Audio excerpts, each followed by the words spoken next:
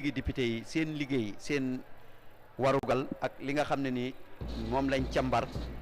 ba lii bés bi amal ko solo lool danañ leen waxtaanali tamit néegi député yi ñooy ñan mooy nguur gi ñetti banqaas yi nga xam ne ni mooy doxal réew la moo nekk waaye Aïssa ñu joxaale jaadama rek ba si kanam su ko defee tey daal dinañ expect lu bëree bëri ci njiiti réew mi ñu seet nag dibéet bi fan la moo mujjee su ko defee the next sitting jërëjëf Aïssa jërëjëf Ramatulaay mari njibe la ñu be njibe kam bi ñin temenna ko kamurun kumo kan ko tanke rek ko kafale ko mba National Assembly leto dulami yalon ko His Excellency President Adama Barrow bi abinala jambi ko ala traditional state of the nation address aka minke sango sang bi la ba kala jambi mumu National Assembly la ground mbabula la jadama ka fo ko nembe konton nabi kaje ko His Excellency bi abinala janne kala annual state of the nation address ngai ite mi expect nana ta president or state of the nation address so that min ko la kachala because na jala ko most of the time nana ta aka kuma jama fere you know from health infrastructure police or security la karola trade la karola karango kunna fannala bite mi expect nana His Excellency President Adama speech barka bake Aisha ngi konton ro mbemol konton men yalon ko wolle ben jibe kambi ke hakilo blandi ko be live coverage la National Assembly damiti yalon ko President His Excellency President Adama Barrow aka sango sang kacha men ke député bu ngoto non ani banko dingol sen kacha ko la men yalon ko wolle be banko kan ani la farol be kenu ko wala nyaadi la men yalon ko banko dingol la solo mu wala ay ko nabuna expect bi president ba folo folo ron wala balwoti me alon ko molla balwo be dendi wala ka balwo ngalon ko ala kolea mobe la ba fo kampan ko kanyin tembenna ani fanan ni nata fondinke wala karola ni bagwe me alon ko abe kerin fondinke wala be fakal sino kamba ka nga expect ko abo fanan fol ba corruption me alon ko abe kerin fana abe rampandi njikita ko abo falale ni nata si cioti fanan ko la bayo banko bukatano tanko koma o fana njikita ko abo kacalale ani ku jamal men yalon ko wolle banko dingol sola bayo ni ko National Assembly doron o mo bungolti damenti yalon ko gambenol be ke nyaalo jede ke tulodo jede bumbala me yalon ko dipitol men be jebe sirim banko molle jebe sura tundo molleje boto kanadro ni banko molle kacha hanata saw kono sinya kilena akumata bakela pour president ka fintina ani banko molle kacha molle ku jamale expect nak ngamen fata dan na wol doron na nga expect la ko kudol be jede men yalon ko hanata tol hakilo mama ni president nata aba falale bandi nata na karawni na jata kende abunda la fana o fana kulati me yalon ko mo ya expect la ko abe diamu na jede ngaje la fana salo ko no be faadna nyin tembenna honde pour Ousseynou Dabo ani opposition ko tangolu be yela sidula tale femmantu je don foka president His Excellency President Adama Barrow ka welcome na National Assembly ni ko ma fana dibe security fana be yela lodula tale machallah wato be la Aissatou ni event festival be keri na security nyanta ke salbe ni ajibe bi machallah ila paret ni ngani la pare nya fangoy ay fostale tembenna ngaje la fana ay sani ko ma felen speaker ani deputy speaker be lorim punda dala ni tembenna kaje ko ani mo kuma jamal député wol kaje ko ka president welcome kadulina député bu ko no ni tembenna dron ko la dron sinan la may His Excellency ay mun ka ta kula sa ko banku dimol ye ni tembenna ay sa so anya kacha da follow baye atol mo flow be ya follow ko nanata rising cost of living la expensive tala hani mbota ñu sunkaro min kono ay kaje la moli e femol sanni dal min la mo jama complaint fo atol yami la mi concrete steps de nyanta ta wala measures mi yalon ko banko alfa nyanta ko ta nanata kaje ko at least hanyata no gamenol man 3 square meals a day soto but at least say 2 square meals a day soto no mi nyanta ka nanata rising cost of living na gambe kan ay sa follow president no at this moment ala sweeper nyimba moy kanne so at any moment from now as commencé arrive no bari ko 10 am lem fen ko nyinti state of the nation address ti oton dum hanim bi janab baduna sa continue bari nane ko sambiabe futal bari speaker ning deputy speaker ning clark ol bebe lo ne kapatu Aisa a folonti amira nin ko ngam fan soto ngam fam balondi wala ko na sen wala bunda la follow wala nyanta a bambana masa kunda nyanta simfa bata la ka joko na agriculture way bambang fangol kamen finka doma because ni aji be ka fangol bonni nam banko ka right now ba folo ko kelo membe kerin nem fangol dabe selekan ne balwo dabe selekan ba ning atar fo be jikirim fangola hanatra manke 100% bar 80 to 75% nyoto nim fangol kam fam balondi wala ngamira ko abe sono yalam bulu do mandinkel so follow nte no concern ka baluwoti ni agriculture bamba mo le do gambia beti yala rama isa rama tula janning rama ya mo le jarawa mi fo nyanta ka na agriculture ta ka bamba ni mumo ndesa fo no seno for ito fana latal ko natal nun we need to do away from na rising cost of living ñanta kan na agriculture sembentu de ay satu lolu am solo la ndaxte soo xoolee réew askan gi luñ soxla rek mooy ñu am dund gu doy am wér gu yaram jàng gi doy su ko defee suñ amee wér gu yaram am dund gu doy rek dund gi yomb tamit loolu dafay yombal askan bi te dafay neexal askan bi gis nañ nag si jamono bi nga xamante ne mooy si jamono julli gi His Excellency président Adama Barrow gannaaw bi nga xamante ne dajee na ak Banjul Muslim elders yi ñu ngi doon wax ki nga xamante ne mooy Minister of Tourism and Religious Affairs Honorable Amad Ba wax na ne naka lam tuddaati soo xoolee tey dund gi yomb na jamono ji président Barrow tamit wax na si loolu ba nga xamante ne sax ndokkaleen ñi nga xamante ne ñooy businessmen yi ñoom ñu nga xamante ne ñooy jaaykat yi ñoom ñi nga xam ne ñooy dugal bagage yi waaye dafa indi woon lot of controversy parce que nit yi ñu ngi la doon wax ne ñoom président bi wax na ne dund gi yomb na this year amul dara lu moo wax waaye askan bi ñu ngi laa wax ne ba léegi dunda gi dafa cher bagage yi dañ cher ba pare amul price control tey soo demee kii jaayee $10 ëllëg kii jaayee $5 and kon seen wax boobu war nañ koo xoolaat bu baax a baax soo xoolee wax bi bari wutoon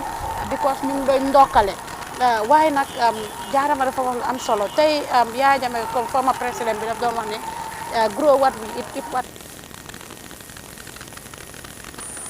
buum sa boy ba delloowaat jamono jaali paca delloowaat jamono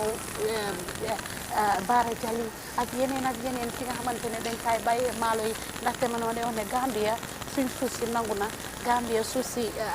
mun naa jël lu nekk kon suñ investé si agriculture bàyyi di indi forma def ay workshop ay lii nii involve ñi nga xamante ne ñooy di immediate man yi ñan ñooy di immediate man yi suñu mooy baykat yi mooy ñi nga xamante ne ñoo nekk si àll bi jox leen engrais bu doy wàññi engrais bi soo ko defee loolu dafa nekk li nga xamante ne lu am solo la moo doon ndaxte engrais bi suñ ko wàññee baykat yi mun koo jot ñu jaayee leen ko si prix bu yomb baykat yi tamit suñ jaayee seen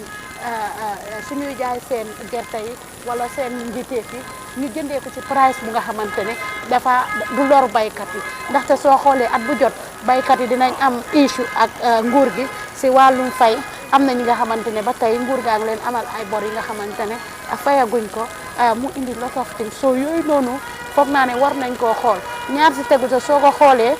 war nañoo xoolaat wàllum sécurité bi bu yàggul ni police buñ doon def seen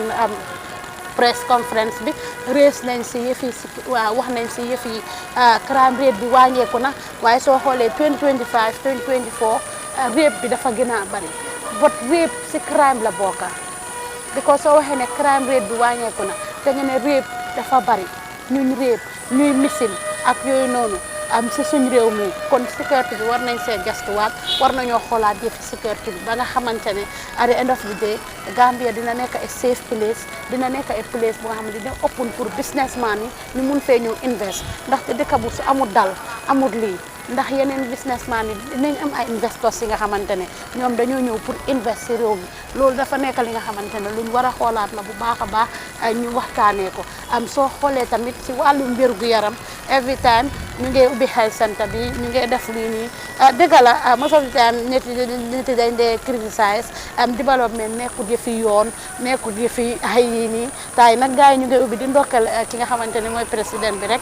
si féeri bu ees bi nga xamante ne indi na ko am na nag lot of controversy jamono ji si social media bi ndaxte politicien si ku nekk yaa ngi binda sa views ku nekk ñu ne within 10 years mu indi benn féeri la indi war nañoo romba fii nii ndaxte soo xoolee yaa jame indi na fi ay féeris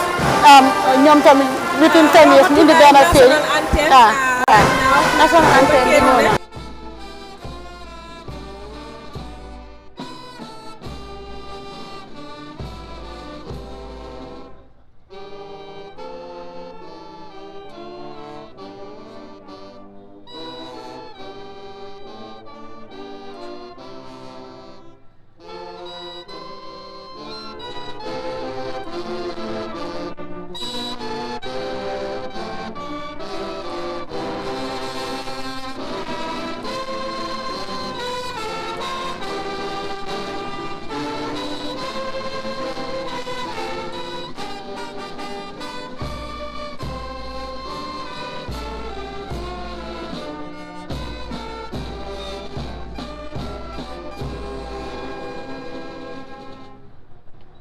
donc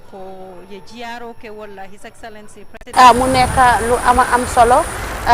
jamono ji nag ñu ngi fi nga xamante ne mooy si National Assembly bi yéen a ngi seetaan live and direct Gambian Talents TV ay si diko li jaadama ñoo nekk si panel bi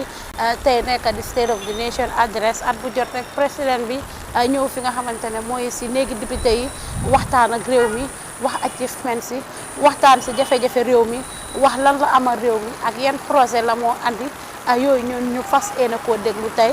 mu nekk lu am solo Aïssa fi ma doon wax rek su ko defee mun ngeen a ñëw rek ndaxte soo xoolee maa ngi doon wax si yëfi féeri bu ees bi am na lot of criticism but soo ko xoolee si beneen saay bi tamit am na njëriñ ndaxte jamono juñ toll nii wàllum dem ak dikk bi suñ amee beneen féeri bu nga xamante ne yokku na si dina iis wàllum dem ak dikk bi ndaxte foofu place bi nga xamante ne la ne ñu bari ñoo faa jaaree nekkut place bi nga xamante ne Gambien si kese ñoo faa jaaree ñu jógee ko Sénégal ak yeneen bërëb yëpp foofu la ñoo jaaree te port bi mu ngi dugal income bu bari si réew mi kon foofu war nañ koo bàyyi xel bu baax a baax ay sax. waaw jërëjëf Ramatulaye loolu réel na just to remind your viewers that you are watching Gambian Talents TV and we're broadcasting live at the National Assembly where His Excellency President Adama Barrow will deliver the 2026 State of the Nation address. And currently the President is having the guard of honor and also inspecting our fine men and women in uniform. Jadama yamoyle Ramatulaye min fo nanata ka business ol take sementu ya Gambia, but away from that nalone ko nanata funding kel la karola aning doku soto balia fana mo jamal ba complainta ne youth and empowerment. I think wo fana me kulati mi yalon ko ni government be ikata dago ke kana nanata wo kuola ba hanim bi no mol jele mi yalon ko daka fele ko funding kel alfalti soma akuma sita bira kata soma kan nanata na jele ko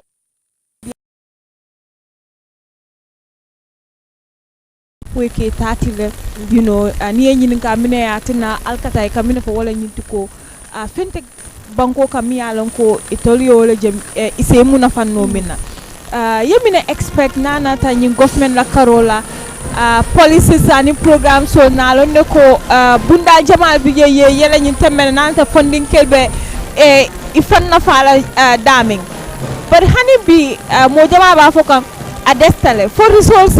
resources nying abijele ba anin fanan misifa dala nyanta katanana tawoku wala karola Aisa jani mina funding ke wala rek Ramatulaye bunda male me yalon ko wala mu hansa endron bal wala Kenya lati wala hansa endron se kafu nyoma anim funding ke wol business wala karola fan mo jama ba complain kanko ni ajibe sain fan kulungolu kasembe Senegal dina Gambiati because of tax me yale kan ni ajibe ni nyanta 200,000 jola ja maybe ni data Senegal be 100,000 dorone jola je pour que la fengol sika e ko business lalu kumbo ka wo fanna ko le ko soto jere ni ngaya tari poroto wala tax men kale ni ya da jindi do ka munna baluwo jama mba kumbo kan ko le ya jele abe talala le banni ajibe ni tax le tolu kan ito fanan kana price woni ka la fa munna ka wala marchandise on men yalon ko mol ke sanne kabri mano la pol la foy da sa la fa drom ayo kumbo ay sa fondin kewolu ni nata je an ka jele man sawo man sanata danam youth empowerment wo muy da kono den kiloti me fondin kewolu sembentu ya banni ajibe kabo jammela wato la fukana president adama barola wato la me fondin kewolu men kata bagwe aka increase bakele mba remember la kabri president adama baro kalindi Senegal mba welcome kannantumo men ka aduni nan Gambia damtomo Banjul International Airport foni tolbe lorim vano santo iba foka no bagwe no to bagwe anymore bayon sulata menna njikita ko mbasato la adam baro wala masakunda konole bandin nataje nyi masakunda kilo ko to hansay foni tolbe faka kona kamunna foni tolbe ye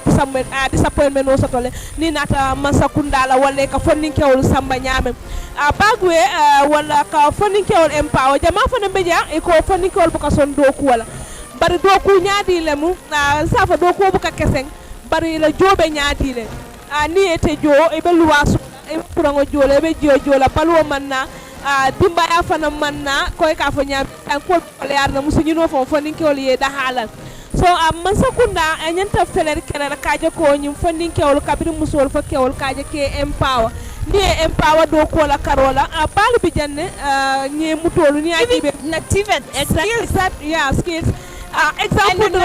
example Gambia Talents how many funding wala mi be wala empower kan but for Gambia Talent be funding ke wala empower ka fo man sakunda ka Gambia Talent fa ne bol empower kan kaaje ko ka funding ke wala empower because ni ajibe bi funding ke mo woro wala men siaka wol be karan jande ni ta even president office fa Gambia Talent la product bi jele ta institution to jang ibe han mo kiline mo fule ba tarraje so no institution sifal be funding ke wol sembentu yakan idol fana nyanta kaaje la ko institution o sembentu ya kaaje ko funding ke wol sembentu ya abe doko punna fanu ni la funding ke wol yene funding ke wol fana be mutadula sotola ni natanna bala karola ngamira Afrika jang nsafo Gambia la bes ba soto ni nata te mo la karola anim fen kotangol so ni kulungol di funding ke wala ya jorongol di la ngajela nun jamme ya commencé nun janne ka funding ke wol sembentu ya ni nata jalola karola kulungola karola kaje ko ka nyemuto ke so masakunda fana ni funding ke wol empower wo karola e bajela lo ko ni nata funding ke wol la tamola abetalala bakele ni ayata funding ke wol empower to ja andum fana mitadula ko le ka fen soto je bari be to gole bu ka fen soto ja ka munal hani say imanta nyato imanta ko bari fana ntenen president baro to jamale ke antata skill center jamata man sakunda le minute de da dol bi je ye low from sky dol je ye refurbish but at the end of the day kaje surtout minube rural area fonni ke jamal bi je fengol bi je la bari bukata you know fana ke jakal ku bati nanata fo ntol la vitamine la as young people you know because tivet sang walam kodoti skills walam kodoti so walam kodoti Gambia walam kodoti so at the end of the day miata no alle facilities sol be so resources sol be baleje ba hani bi you know funding kel buka finti kata wol dulato I think we need to question ourselves as young people come lafta minella you know okay Aisa ko ya fo nyame dron place be jele metol se karanda men to I know but for the higher education we need to commend him you know because adoku kenno le kesa our ministry is perfectly working fine and I think we'll be a commend for that I to my personal view because the minister kakachabaka you know I feel like I Gambia sort of at heart you know and I love to kajele ko at any cost for the for say excel But in that no baby jail, resources all baby jail. Honeybee, we are finding it difficult for young people to basically venture into TVET and in skills. I think problem will be there. Yeah. Esa jani mbe pulala dron. Funding ke wal tonyala karandulal be jere fanan amento. But funny karanta je because ni mecho karan. Ni be bola je fo se fan soto fanan be fam muna fanna men fo o fana kasoto la ba o fana munyinin ka dal because bi yemo samba meche karangol ay mecho karang anyanta la workshop o yela la aboto meche karandula de ko di tabula ba fan sembentu yala fen ala material o samna men fa pour ala workshop o yela wala ala do ko commencer je fo fana kasoto la ban o fana mu kulati me alon ko nyinin kar dal because ita fa karandola ngalon ko to ma hani 100,000 o soto no wala 50,000 fan pour ka workshop o yela abe ko yala bakela pour o mari yala metiota ka tentende foning ay mosoto me yalon ko abade mala wala na pareta fo ebe lonne di la bang aka do man joban fo be bagaso la sanna ka di la ba fo fana ka sotole o fana mun nyinin ka datu wadin kira baraka jadama wo kumo senatale ka fale ko hanimbi his excellency abe dumala man sale folo abe natalo ta kan ani fananka ani national assembly members sol ka nyokonton folo janna be sella santo so his excellency nyintambe na bola jangbi janna abala sirongo tala ani ka ala address commencé ramatulay comme luma don wax ak jadama legi mo neka ndax youth si gis nañ sen boppa si nguri Adama Barrow so suñ waxe youth and also empowerment I think lu bari raxasuna ci biir gis nañ ne irregular migration ndaw yi ñu ngi jëli yooni backway bi gis nañ ne tamit suñ TVET center si léegi ñu ngi operate skill bi yow loo foog ne su ñëwee wàllum TVET lan la nguur bi wala gën a def pour nga gis ne xale yi ñu dem pour ñu jàng ay skills because léegi TVET moo nekk di yóbbu dëkka skills moo nekk di yóbbu dëkka yow noo gisee mbir bi CV ñu ngi fi am si National Assembly bi jamono di His Excellency président Adama Barrow mu ngi nataalu député yi mu ngi taxaw ci bunti néegi député yi di saafuwante député yi bala moo dugal ci biir kembas bi pour adresse réew mi ay loolu am na solo loolu ndaxte suñ ne youth are the future leaders of tomorrow ñooy the backbone of any country ñoom ñooy kilifa yi nga xamante ne ñoom ñooy amee réew mi ëllëg kon ñooñu dañ leen war a saytu dañ leen war a bàyyi xel every time there is this saying goes every time the youths are happy ndax yooyu reflex na si youths yi every time the youths are happy every time da nga dégg nit ne the youths are not happy parce que su youths yi happy woon how many youths waaw but government baa ngi ko use ñoom tam ñu ngi ko use tey su fekkoon ne tey the youths are happy ndax youths yu bari dinañ dem de dee si naka la irregular migration dinañ dee si backway bii nii tey soo xoolee ñoom xayma nañ ko sax ñaata thousand nit ñoo si dee ñaata thousand ñoo réer ak ñiñ jàppa depuis 2025 bi ba 2026 di duga ba léegi ñu ngay jàppa ay nit lan lañ mën a def pour téye ndaw yi dëgg la ndaw ñi tamit war nañoo xam ne tukki tekki ñàkkata tukki tekki soo gëmee sa bopp si sa réew mun nga fee am dara ndaxte am na ndaw ñi nga xam ne ñun fii lañ dëkk si réew mi fii lañ juddoo fii lañ màggee fii lañ yaroo waaye fii lañ tekkee tamit waaye loolu gom-gom la nguur bi am nañ si responsabilité bi nga xamante ne rôle bu nga xamante ne moom lañ si war a play ndaxte ñoom ñooy ñi nga xamante dañ la fal pour nga seer réew mi dañ la fal pour nga jàppale askan bi dañ la fal pour nga indi ay développement dañ la fal pour nga defar yoon dañ la fal pour nga def indi good education dañ la far pour nga indi ay skill center ay yooyu noonu because soo xoolee tey most of the time indi naa féeri président bi indi nañu féeri président bi defaral nañu yoon président bi loolu is infrastructural development si nga xamante ne it comes along with the presidency yi nga xamante ne responsabilité la pour mu def ko waaye nag su ñëwee si wàllum ndaw ñi ministre bu amee wàllum ndaw ñi war na mu involve bu baax a baax liggéey ak ndaw ñi su ko defee ñu create ay skill center create li nga xamante ne ndaw yi dañ ci gis seen bopp yi demee ni ko football réew mi na sax na trop Aïcha soo xoolee yeneen dëkk yëpp ñoo ñu raw ci wàllum football lu xew ñun stadium bu baax sax amaaguñ ko soo waxee ñu ngi compare suñ stadium bi ne ñu nekkuñ di only African country bi nga xamante ne moom moo desagum gannaaw ci wàllum stadium ñun waruñoo compare suñ bopp ak yeneen soo xoolee tey ñun suñ stadium bii invest nañ ci xaalis bu bari ci wàllum renovation dugalaat nañ ci xaalis bu bari ci wàllum defar stadium ba tey mënut a régler ba gars yi mun fee amee maaj loolu war nañ koo xoolaat mu ñëw ci wàllum ndaw ñi ay sax su ñëwee ci wàllum skill center yi ndaw ñi dañ leen war a gëstu bu baax a baax ndaxte loolu ndaw bu nekk su amee skills amee li moo defar dina nga ekkati benn starting capital jox ko parce que yow nit mënoo koo jàngal métier rek at the end of the day joxoo ko benn starting capital bu nga xamante ne boobu la moo starté su ko defee ndaw ñi nga xamante ne ñu ngi ci réew mi am métier ñoom suñ amee anything lu ñoo renouveler wala anything lu ñoo defar ñu jox ko óolu suñ ndaw ñooñu noonu jox leen ko su bit amee ñu jël bit bi jox ko ndawi réew mi jox ko doomi réew mi ñu liggéey ci projet si ñu am ci xaalis ci réew mi loolu mooy doxal réew tey ndaw ñi bàyyi leen xel ci wàllum jàng bi soo xoolee wàllum jàng bu mag bi gis nañ naka lam fa demee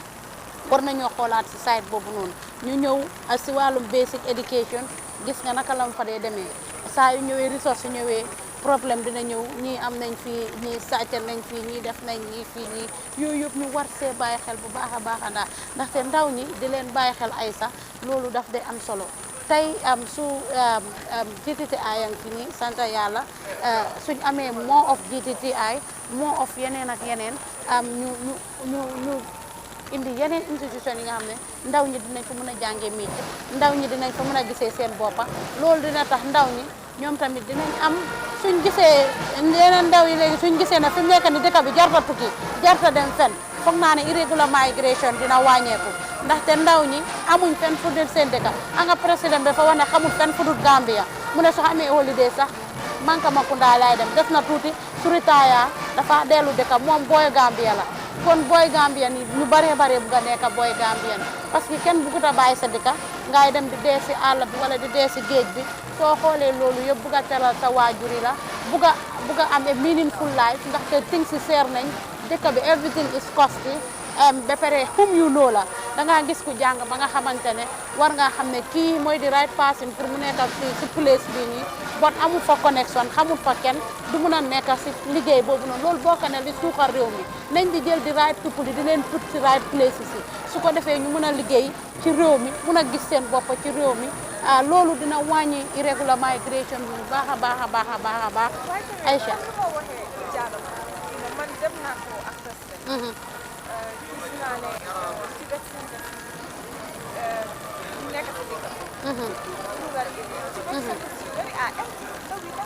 loolu la they functioning ndaxte you cannot keep them there with empty promises. They have everything there. Facilities are good. They have things there, but you lan a tax ndax def nañ more sensitization ndax Excellency President Barrow ak Speaker of the National Assembly mi nekk Right Honorable Fabakary Tombong Jatta time bi nii dañoo toogaangum nit yi ñu dugal ñu setul balaa His Excellency moom tamit muy dugasi time bi nii mu ngi si office speaker ñu ngi noonu di def tête à tête balaa gaay di ñëw soo Ramatulaay mën waaw Aïssa ndax comme li ma doon wax rek si affaire yi Québec yooyu gaay wax ñu ngi si rural area well equipped everything mu fa na def nañ more sensitization na def nañ more effort wala dañ ko ubbi rek nang ko doroon ubbi nañ ko am nañ fii lii am nañ fii lii suñ si investé wan xale yi ne fii soo fa demee nga jàngee fa di after at the end of the day dinañ la jox benn capital bu nga xamante ne di nga fa mun a dem jàng di nga fa mun a ubbee sa place yi boppa dinañ la jox benn capital bi nga xamante ne dinañ wax ak waa yëpp dinañ wax ak waa ñii waa naka dinañ wax ak waa ñii pour ñu jox leen e fond ndaxte su ñëwee sax si wàllum fond xam nañ ne ñëpp ñu fa dee demee comme ni ma ko waxee woon sànq comme you know la yow soo xamut doo lekk ci soos bi ndaw yu bari loolu moo leen discourage ndaw yu bari am nañ seen métier tey ñu ngi am ay place wax naa leen ne Gambian they are talented but how to showcase our talent mooy problème bi tey da ngaa gis benn Gambian bu fi am place am bu baax nga gis muy liggéey bu rafet dox men am benn contrat dafa ab préfet ñu dem jox ko foreigner bi dan ñu jox ko Gambian ngir lan lañ see am because tey bit da ngaa gis bit su amee sax da ngaa gis ne ñu ne gisoon nañ ko fi si taami immigration si bu ñoo defar seen ID card si ñu ne ñii lañ war a jox contrat ñii ne ñii lañ war a jox contrat bi liggéeykat yi noonu la mu fa dee demee ku si nekk bugga nga exactly ku si nekk bugga nga benn 30% wala bugga nga benn 20% naka la moo dëkk bi di demee tey tali bi soo ko joxee nit kooku ne dama see war a am 30% tey mu war a jënd yeneen bagage raw matériel yeeg yeneen yi ñëwagu dina am yu wàññi mu ngi war a fay labourer si mu ngi war a fay ñeneen ak ñeneen soo nañ di jël contrat yi di ko jox gars yi nañ di liggéey ak waa réew mi nañ di taxaw waa réew mi nañ wane ne nañ believe in ourselves lu ñoo dem uti gi si biti am nañ ko wax comme ni ma di waxee saa su nekk Gambia suuf si baax na géej gi naat na nañ jënd ay gaal fi si mbóot si nii suñ ko jëndoon séddale ko tey soo xoolee Sénégal gis nañ fa exemple boobu noonu jënd ay fishing boat séddale ko am na ñi nga xamante ne comme ñu demee si ay boori ñoomeeg ay boori Tànjee ay Burfut ay yooyu noonu nappakat yaa ngi fa tey xale yi ku si nekk su amee gaal bi nga xam ne dina si dem utee ji ay jën next minute ñu ñëw di ko jaay ñu start di téye xaalis di ko dugal seen poche yi ndax dinañ xalaat génn pour dem def ji yëfi baag wee wala loolu that is the only thing bu nga xamante ne mooy mun a ease affaire si mooy ñu gis xale yi gis ñu involve leen directly nga xale yi tamit involve si politique bi ñu politique bi nekk li nga xamante ne parce que man dama di wax ne su ma déggee youth si naan duma involve si politique is a joke parce que suñ involve how can we make a change because everybody should involve in politics parce que loolu moo yóbbu réew mi whether we like it or not ñëpp a war a involve si politique pour ñu mun a make a change pour ñu mun a wàññi corruption si pour ñu mun a lii jël right people put leen si right places si su ko defee da ngaa gis ne am dëkk bi yëpp nit yi dinañ nekk si jàmm nit yi dinañ liggéey institution si ubbil seen bunta yi ndaw ñi ñu tamit jàng bi tamit ñu gën a yokk jàng bi tey soo xoolee xale yi dem Faraba gis nga naka lañ dee sonnee si wàllum transportation bi gis nga naka lañ dee sonnee si wàllum lekka mi foofu noonu ci wàllum ndox mi ak yooyu noonu fi mu nekk nii hostels yi waroon na moo pare pour fu nga xamante ne xale yi foofu la ñoo nekk ñeneen ñi nga xam ne mënuñoo travel waaye soo xoolee gars yi ay fajar lañ dee jóg di njëkkalante ay moto ay yooyu noonu next minute nga jàng ba am sa diplomate am sa kayit si next minute doo mun a am liggéey because amuloo papa directeur wala amuloo lii directeur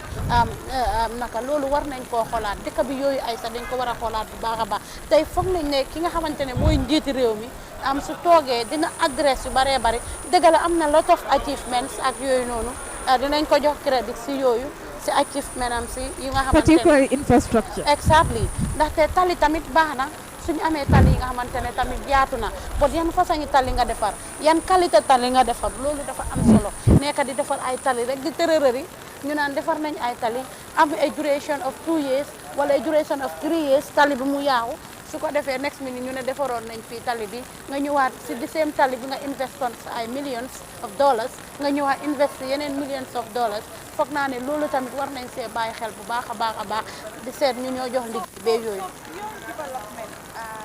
people are concerned when it comes to transparency, accountability, and what should the president address here? You know, in terms of public trust in institutions, but Wow. corruption,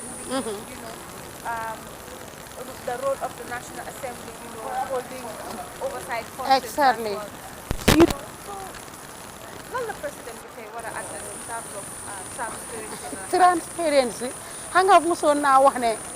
corruption loolu nit mënu koo génnee si réew mi xam nga loolu suñ waaye mën nga ko minimize nga xam ne jël nga ko teg nga ko in place tey suñ fexee ne tey kii yaa lekk xaalis bii nii wala yow lañ wax ne investigation si wane ne yow yaa def lii nii wala borom ku nekk JRA wala ku nekk ports wala ku nekk Gam Petroleum wala ku nekk fii moo def lii ak lii ñu gis ne kii bu mu defee li investigation si génnee yoon def na lu mu ci war a def nit yi dinañ ne at least kii bu mu defee lii moo ko si fekka waaye dangaa gis tey ñi nga xamante ne ñooñu lañ tuumaal allegations ne ñii ñoo def corruption si nii ñu ngi dem freely wala at end of the day case bi next minute doo si déggati parce que ñun Gambia comme li ma de wax saa su nekk we are very good in making laws but naka la ñoo exécuter those laws wala naka lañ ko implémenter moo dee nekk problème all the time tey soo xoolee da ngaa gis ne ñu ne teg nañ loi yi nii wala indi nañ loi yi nii pour loi yooyu noonu ñu implement ko problème la dee nekk tey président bi lépp lu moo def rek nit yi bëgg nañ mu am transparency su amee transparency daf dee indi that trust parce que moom wax na ko moom mu ne dafa bëgg su jeexalee taamam mu dëkk ci réew mi freely kenn du ko toppee dara ndaxte moom xamul fenn fu dul réew mi kon yooyu tamit jar na di bàyyi xel parce que def nañ fi Yaay Jammeh commission bi def nañ fi Jawara commission sonam bi siisoon ne gisoon ne Yaay Jammeh siis fi assets yu bari Yaay Jammeh tamit gis nga ana right now nii gis nga ko fu commission bi mujjee yooyu tey bo expect na si yu nga xamante ne bëgg nañ mu waxtaanee ko Jammeh assets yi nga xamante ne ñu defal ko commission ba pare nga ñëwaat defaat commission si kaw commission si xaalis si réew mi su fekkoon ne affaire si tegee na yoon wala amul corruption wala amul njuuj njaay ndax dina egga foofu noonu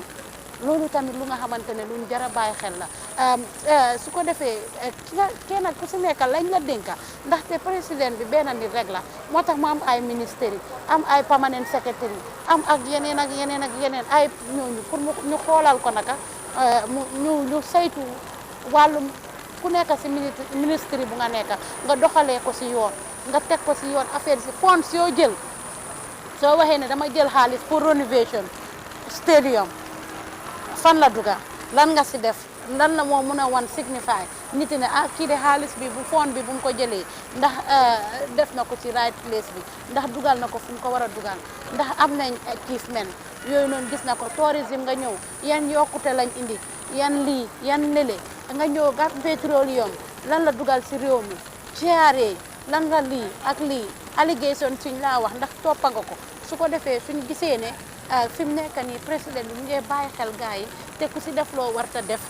rek ñu teg la si table ji wax la luñ la war a wax su ko defee dina wàññi corruption comme que mu ne corruption kenn mënu koo jeexal waaye dinañ seet naka lañ koo minimiser ba nga xamante ne xaalisi réew mi ak nit yi taxpayers money yi dina dem fu war a dem ba askan bi gis si seen boppa loolu foog naa ne lu am solo la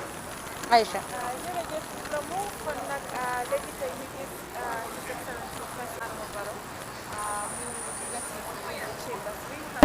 jalama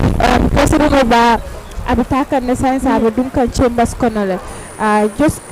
janda bitala na jere ko bi ku jama biya ba ka charal nana ta fendinke la karola nana ta musol la karola ila ka musol sembentu ya nyami anin fana health la karola ku jama biya ba foka ala address bi surtout nana ta jata kende abunna fa bunna la karola yemine expect je na jere ko analo nebi atabayla ba folol ko ne farato la lopitano bijele dum 1500 beds bari fo dum mo jama ba foka lopitan kenso yalo lopitano nyinya boro tije ay bibe mine expect la nana ta president hospital nana ta health la kalo iya isa jata kende la karola kuma to ba ke la ba ni jatol man kende abanko fawtitano nyato ni mo be kurani ay kafo farato la laptano me yalon koy balo kanyum temben drum akuma yatale laran wuli kilimbetat la wodo men kono alaman tankala sasala rek mol kanataje bar fanan akuma ta bakela ni laptano lo fo laptano bun kala ken so fanan bu kamolu jarano fo material men yalon ko jorangol men yalon ko sulata wala laptano to wala doctaro lo anin no so sulata wala o be soto la jele ka loptano lo bori ti jaman na paso ba ni sasa to admin anyan yanta jara la men ni o man tas loptano kono laran ken sangol be lori loptano kono mu fenti me yalon ko ate jata ke ne asambala no nyaato so bitum bella mera dron bayo an sa fono la ka be nyum fola la ta fiti the National Assembly, of course, by the Speaker of the National Assembly, Honorable Fabakary Tombong Jatta. Prayers are now going on, of course, to seek the blessings and guidance of Allah subhanahu wa ta'ala through the whole process. We know it's going to be a very long one today. It's going to be a long day, but of course, I'm pretty sure the president's team of technocrats have prepared him today to be able to deliver the speech that is expected of him as the president of the Republic of this great nation. Okay. We now have the Speaker of the National Assembly, the Honorable Fabakary Tombong Jatta.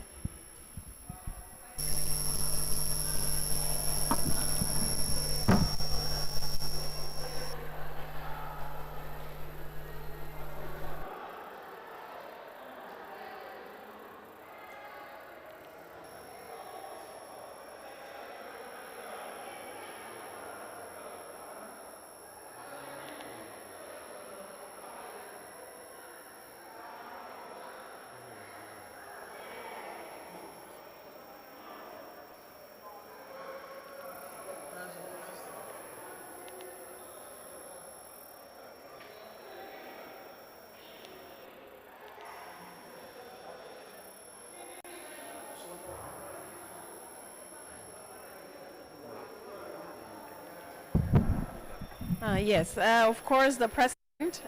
is being prepared, been served. Of course, his speech. I'm pretty sure it's going to be a lengthy.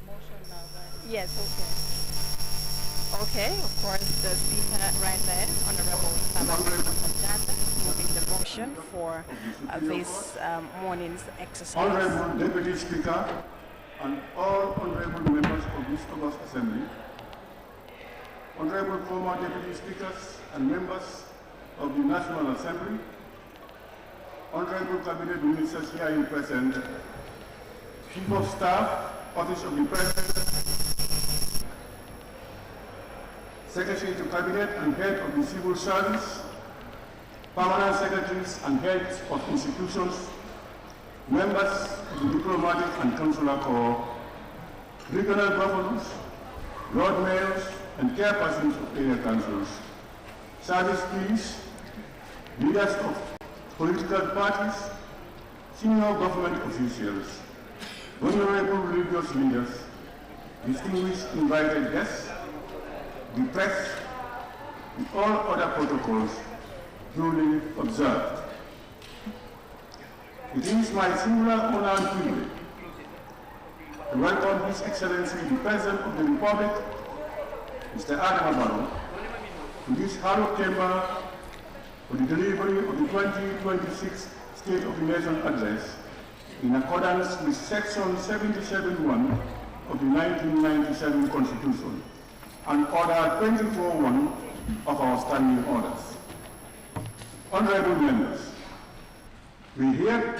together as a nation to witness a significant event in the life of our democracy. That's the present state of the nation address. His Excellency the President of the Republic of the Gambia is here today to attend and address a sitting of the National Assembly on the condition of the Gambia, the policies of the government, and the administration of the state for the 2026 legislative year. This occasion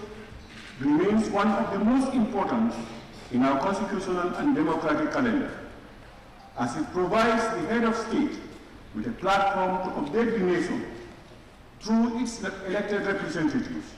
on the general state of public affairs, government policy direction, and national priorities.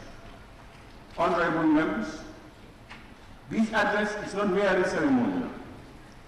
It is a vital instrument of accountability and transparency.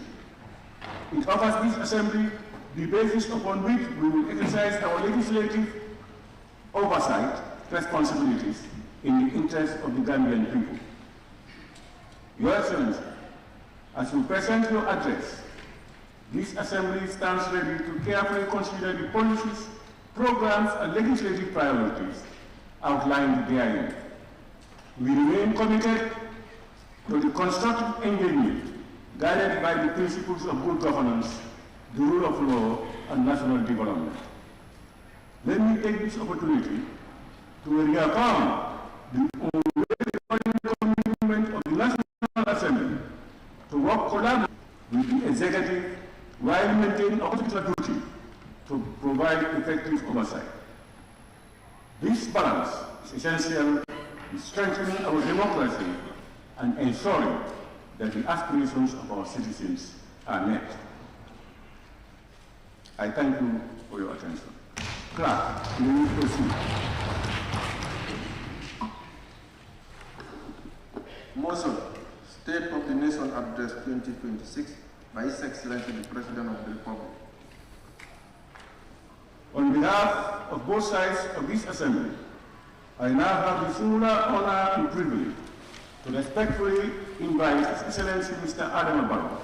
President of the Republic of the Gambia, to deliver the 2026 State of the Nation Address in fulfillment of his constitutional mandate. Your Excellency.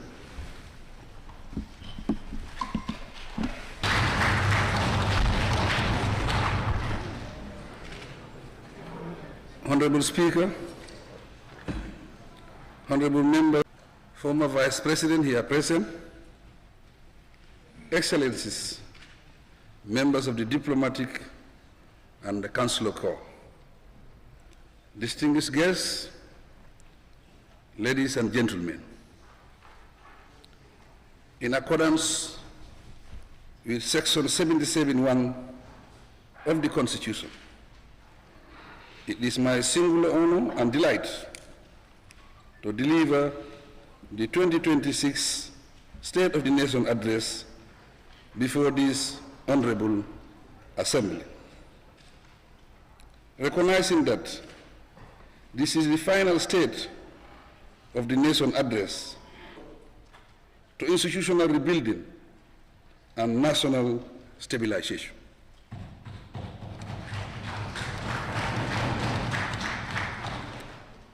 The task before my administration was not only to govern, but also to restore trust, rebuild systems, and lay foundations that would endure for generations to come. Over the years, our policies and programs have consistently been guided by strong planning frameworks and informed roadmaps to design and steer national development initiatives and accountability mechanisms. In the short term, the recovery-focused National Development Plan YIRWA 2023-2027 will continue to drive the consolidation of our gains and acceleration of the ongoing socio-economic transformation process across main sectors of the country, and build upon as we move forward. These issues are thematized beginning with the state of our economy. The economy, Mr. Speaker, in this volatile global environment, marked by uncertainties, inflationary pressures, and geopolitical shocks, the Gambian economy continues to demonstrate remarkable resilience, governance, and reduce contingent liabilities. The government has demonstrated its strong commitment to reform by establishing the State-Owned Enterprises SOE Commission. As part of this initiative aims to enhance performance, strengthen governance frameworks, underwent a remarkable transformation in 2025. The sector achieved a historic consolidated net profit of $2.5 billion. A stark reversal from the $2.6 billion loss recorded in 2024. The evidence shows that stronger oversight measures, performance contracts, and closer monitoring of key performance indicators are beginning to deliver results. Notably, for the first time,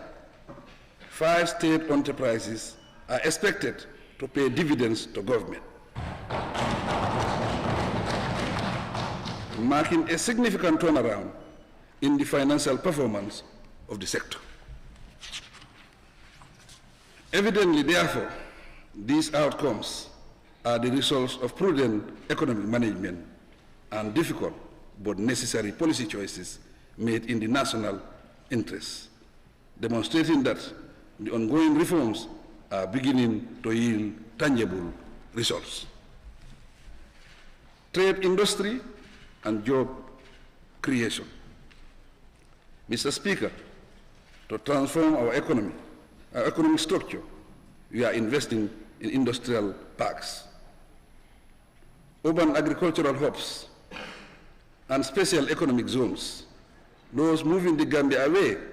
from raw exports towards value addition, manufacturing, and exports.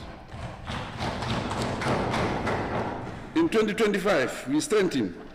trade governance competition and regional integration to support inclusive economic growth. Reforms are currently in progress on the Essential Commodities Act 2015 to improve stock and prices monitoring while preserving a liberal market system. Mr. Speaker, my government will soon introduce a bill to address both competition and consumer protection under one legislation, with plans to repeal the Competition Act 2007 and the Consumer Protection Act 2014. On regional integration, the Gambia secured key ECOWAS positions for the 2026-2030 mandate, including Director General of Intergovernmental Action Group Against Money Laundering in West Africa, JIPA,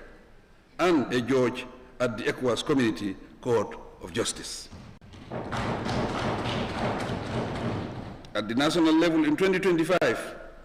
the Gambia Import and Export Promotion Agency, GIPA,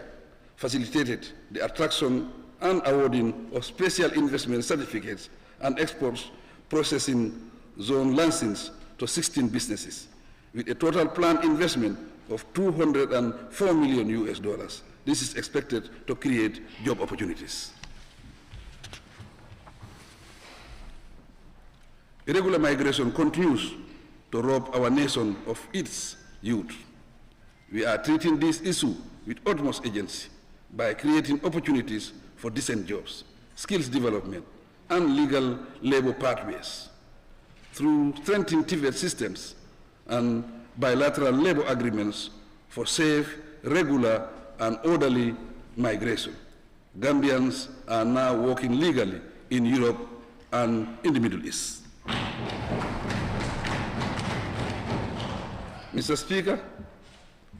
infrastructure, Mr. Speaker, my administration continues to work tirelessly to close the infrastructure gap. Since 2017, the government has constructed over 1,200 kilometers of all-weather roads, significantly improving national connectivity. In 2025, the 84-kilometer Nyomi Hakalan Road was inaugurated, and the Kiang West and Bruford Madiana Banyaka roads have reached advanced stages. Phase 3 of the OIC road has progressed satisfactorily, with completion of the Sukuta over bypass expected this year. By the end of 2026, my government will have added an additional 375 kilometers of paved roads to the overall network. This expansion is being implemented through an engineering, procurement, and construction EPC model, fully funded by the government of the Gambia at an estimated cost of $9 billion. Additionally, through innovative financing methods, the construction of over 700 kilometers of new roads will commence soon. These new roads were strategically selected to complement the already existing network. Furthermore, with funding from the World Bank supported Giraffe project, the government will shortly lay the foundation stone for approximately 200 kilometers of roads in the rural part of our local government areas. Statistically, upon completion of these projects, my government will register more than 50% of the 4,000 kilometer total survey roads nationwide. I am fully committed to ensuring that all communities are connected with a reliable means of transportation. In maritime transport, port operations have been modernized, significantly reducing cargo waiting time at the port of Banjul from 14 days to less than 1 day, precisely 17 hours.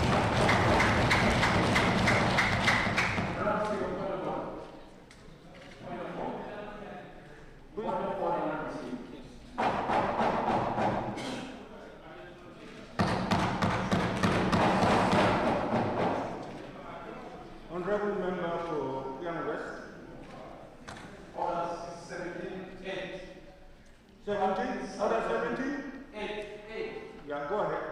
Clapping shall not be permitted in the chamber. Honorable Speaker, we still insist that the rules of this House be respected. This is a rule that clapping is not permitted in this chamber, and people are still clapping. Please, can you look at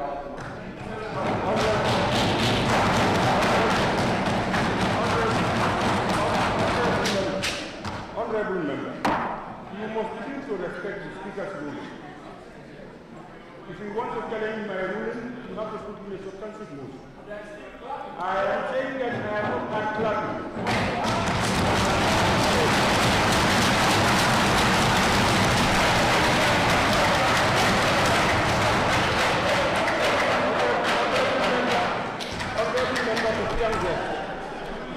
You are talking about order,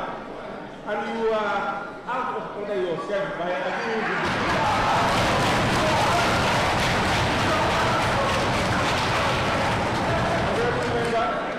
Honorable member, sit down, otherwise you will go outside. If you don't want to listen, you will ask to go.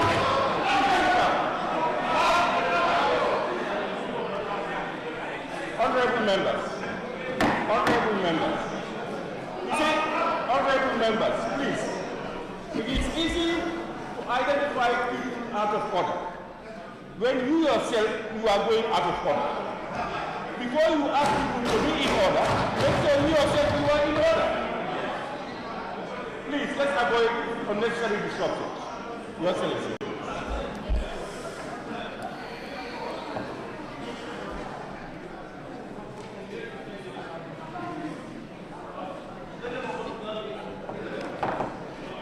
Concurrently,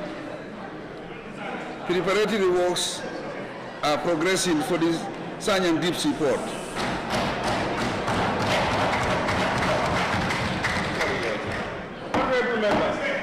Honorable members, if you don't want to listen, you can go, you may want to go out. Allow others to listen. Please.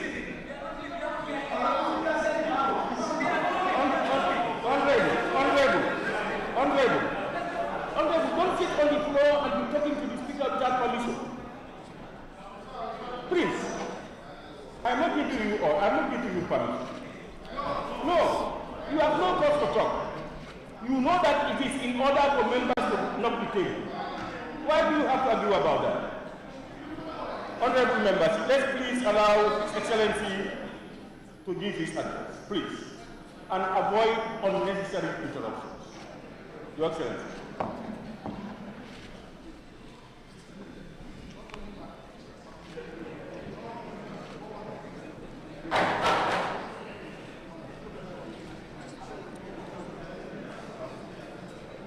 Concurrently,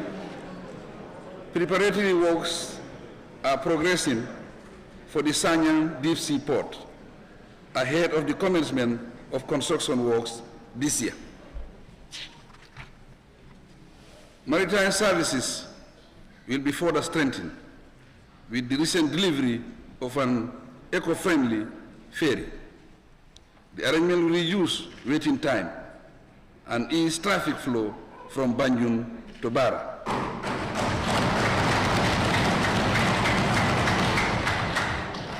Thereby improving market access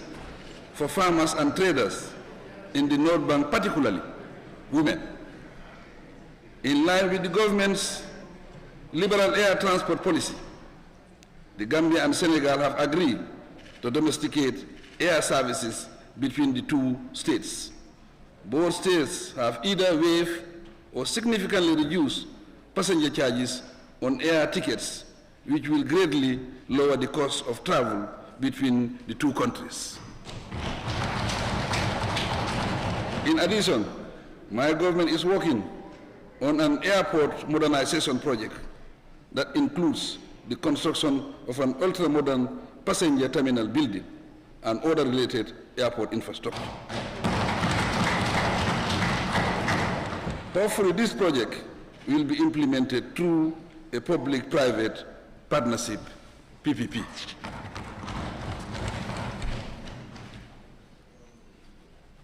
Land administration and regional governance. Mr. Speaker, the government advanced key reforms to modernize land administration and strengthen local governance. A landmark national land policy 2026-2035 was recently approved and launched to improve tenure security, harmonize land administration, and promote digitization. An assessment has been conducted to evaluate the current structures for the development of a land information system. The land information system will establish a nationwide digital platform to secure and manage land records. One of its objectives is to enhance transparency in land administration.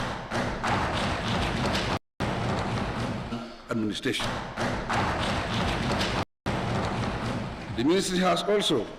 initiated a housing program that targets Gambians and offer flexible installment options to improve access to affordable housing. Currently, sample designs have been reviewed and sites identified for the fourth phase of the scheme. The Department of Boundary Management under the Ministry of Lands has been established to strengthen and safeguard the Gambia's borders at both national and international levels. The department is to collaborate with the relevant institutions and neighboring authorities to prevent and resolve boundary-related issues, protect territorial integrity, and promote national security. Energy, Mr. Speaker. My government has made decisive reforms and investments across the and mining sectors. I am thus pleased to report that we have achieved national energy access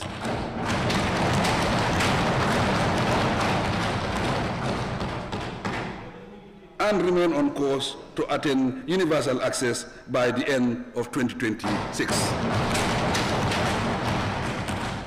The country's first 225 kV transmission line,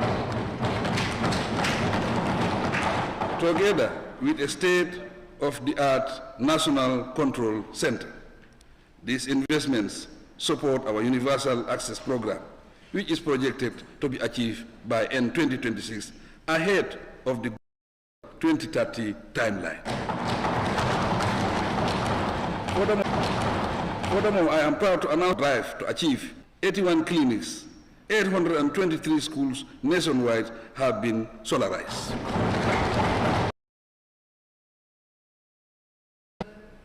While the significant gains in access are to be celebrated, we recognize the financial constraints to access that many households face. In this regard,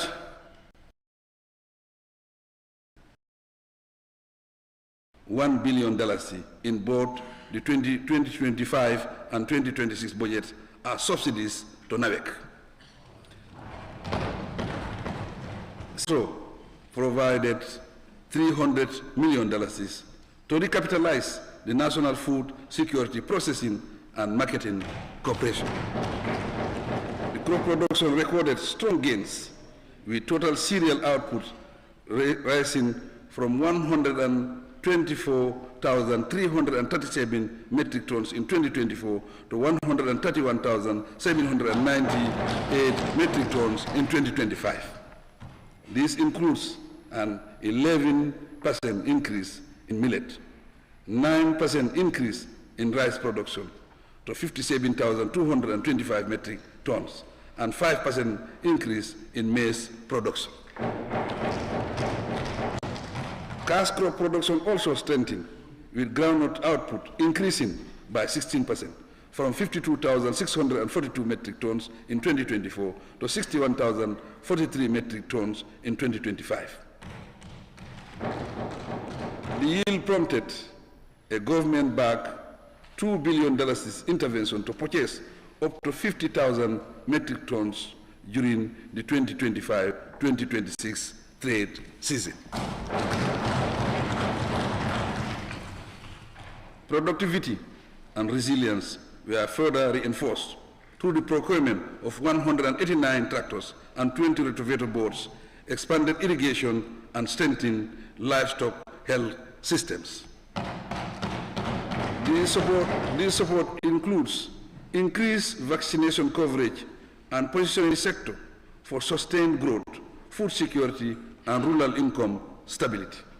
Mr. Speaker, my government also made major achievements in water and fisheries management to strengthen sustainability, resilience, and livelihoods, to improve access to clean drinking water in hard-to-reach areas. For instance, my government drilled 110 solar-powered pipe water systems across the country. 68 of these have been completed to serve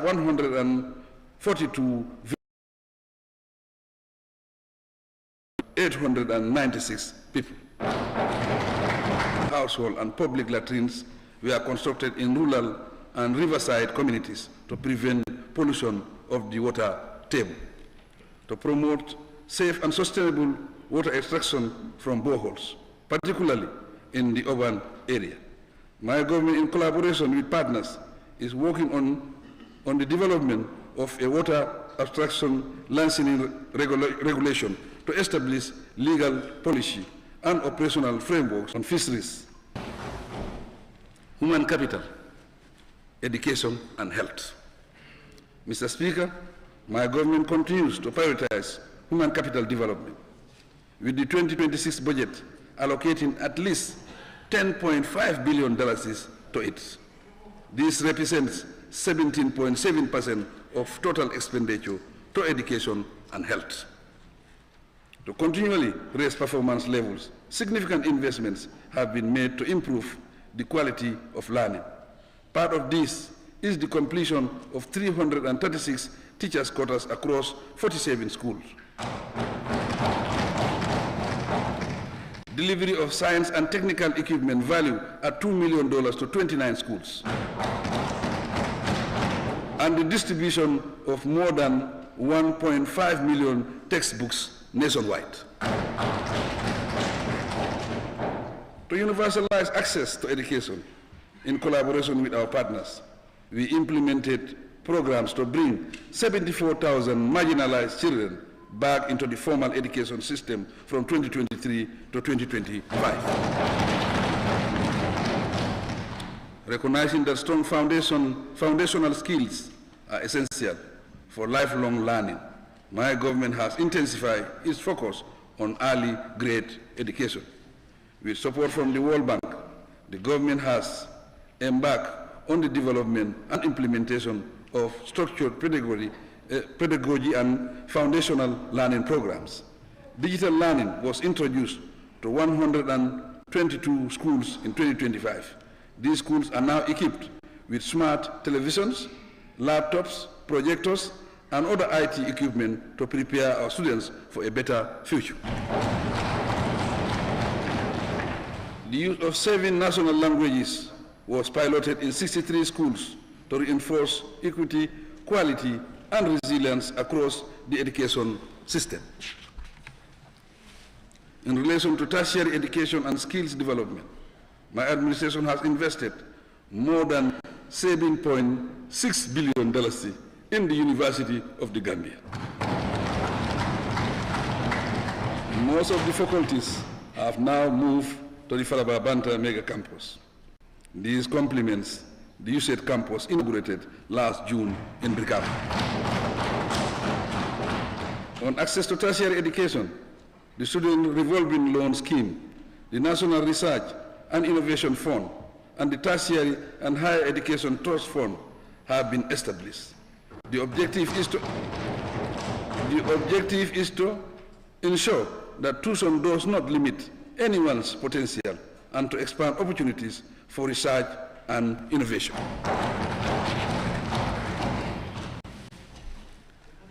Health, Mr. Speaker. Mr. Speaker, this year, my administration has allocated $3.1 billion to the health sector to support ongoing expansion of primary health care, upgrading facilities, and service delivery improvement. In 2025, major infrastructure investments progressed at the Edward Francis Small Teaching Hospital, Kanifing General Hospital, and regional health centers. Meanwhile, the National Food and Drug Testing Laboratory and the Farato Emergency Treatment Center are in their final phases of completion. As part of efforts to strengthen frontline service delivery, we have procured 52 fully equipped ambulances, 6 supervisory vehicles, 61 motorcycles, 157 bicycles, and 20 tricycles to support immunization, outreach, and emergency referrals. In addition, we will soon establish an ambulance command center for national emergency medical response. At the same time, expanded postgraduate training for health professionals is strengthening the national health workforce and building a more resilient and people-centered health system. Quite notably, for the first time, dentists and pharmacists are being trained in the country, with the inaugural cohort expected to graduate this year. Youth, women, and social protection. Mr. Speaker, my government recognizes gender equality and women and youth for national development. In 2025, drawing on the Women Enterprise Fund, over $12 million was disbursed to 112 women groups. These benefited over 10,000 women. And additionally, 1,702 adolescent girls and young women were also supported through financial literacy initiative. Furthermore, they will receive a grand totaling to one people with disability. My government, through the NAFA RISE project, continue to support over 29,000 vulnerable households. This support monthly cash transfer of $1,500 to vulnerable households. Mr. Speaker, tapping into the support to victims of gender-based violence fund. In December 2025, the government assisted 75 survivors. A total of $40,000 was given to each survivor. To prevent delays in administering justice on gender-based violence, a specialized court has been built to be inaugurated in the second quarter of 2026. The Gambia is the 6th country in Africa to establish a court of this nature. Similarly, following a need assessment exercise, $4 million was disbursed to 11 organizations of people with disability. Connected to this, to strengthen social work in the country, a Bachelor's of Arts degree course is now offered at the UTG to train social workers. In the area of child protection, a national children's policy was formulated in 2025 to cover emerging child protection issues. In addition, a national child protection strategy and action plan has been revised and adopted. Alongside these activities, in the establishment of a child rights center at the UTG, the center will offer BSc courses in children's rights and welfare, as well as conduct research on issues related to children. Likewise, a child rights monitoring unit has been established at the National Human Rights Commission. The Commission will work closely with the government and NGOs to monitor matters of welfare and rights of children in the Gambia. Mr. Speaker, youth development remains another priority for my government. Key interventions include youth agricultural training under the Gambia Songhai Initiative, entrepreneurship training under NEDI, and dedicated university programs under the National Youth Service Graduate Program. Governance, justice, and public service reform. Mr. Speaker, institutional reform remains one of the most outstanding achievements of this government. Consequently, we continue to strengthen the rule of law, accountability, and access to justice through far-reaching justice sector reforms. Landmark legislation such as the Election Act 2025, the Criminal Offences Act 2025, and the Criminal Procedure Act 2025 have modernized our legal framework. They have replaced outdated colonial-era laws with right-based contemporary standards aligned with international human rights obligations. These reforms now enhance electoral integrity, safeguard freedom of expression, strengthen protection against corruption, and sexual and gender-based violence. Together, these legislations have reinforced due process across the criminal justice system. Mr. Speaker, significant progress has also been recorded in advancing transitional justice, reparation, and accountability. The government has fully implemented 60 Truth, Reconciliation, and Reparation Commission's recommendations, with 141 ongoing. The Reparation Commissions became fully operational with 7 commissioners sworn in, $1 million to the reparations fund in 2025, with an additional allocation confirmed for 2026. Concurrently, the legal and institutional frameworks for prosecuting serious human rights violations were strengthened through the Special Prosecutor's Office architecture, the establishment of a special criminal division of the High Court, and ongoing collaboration with regional partners to ensure that impunity for grave crimes is decisively addressed. Access to justice and integrity in the public service have been enhanced further through the expansion of legal aid services nationwide, the rollout of a digital case management system across justice institutions, and the modernization of key registries. Among them is the company registry and intellectual property systems. In December 2025,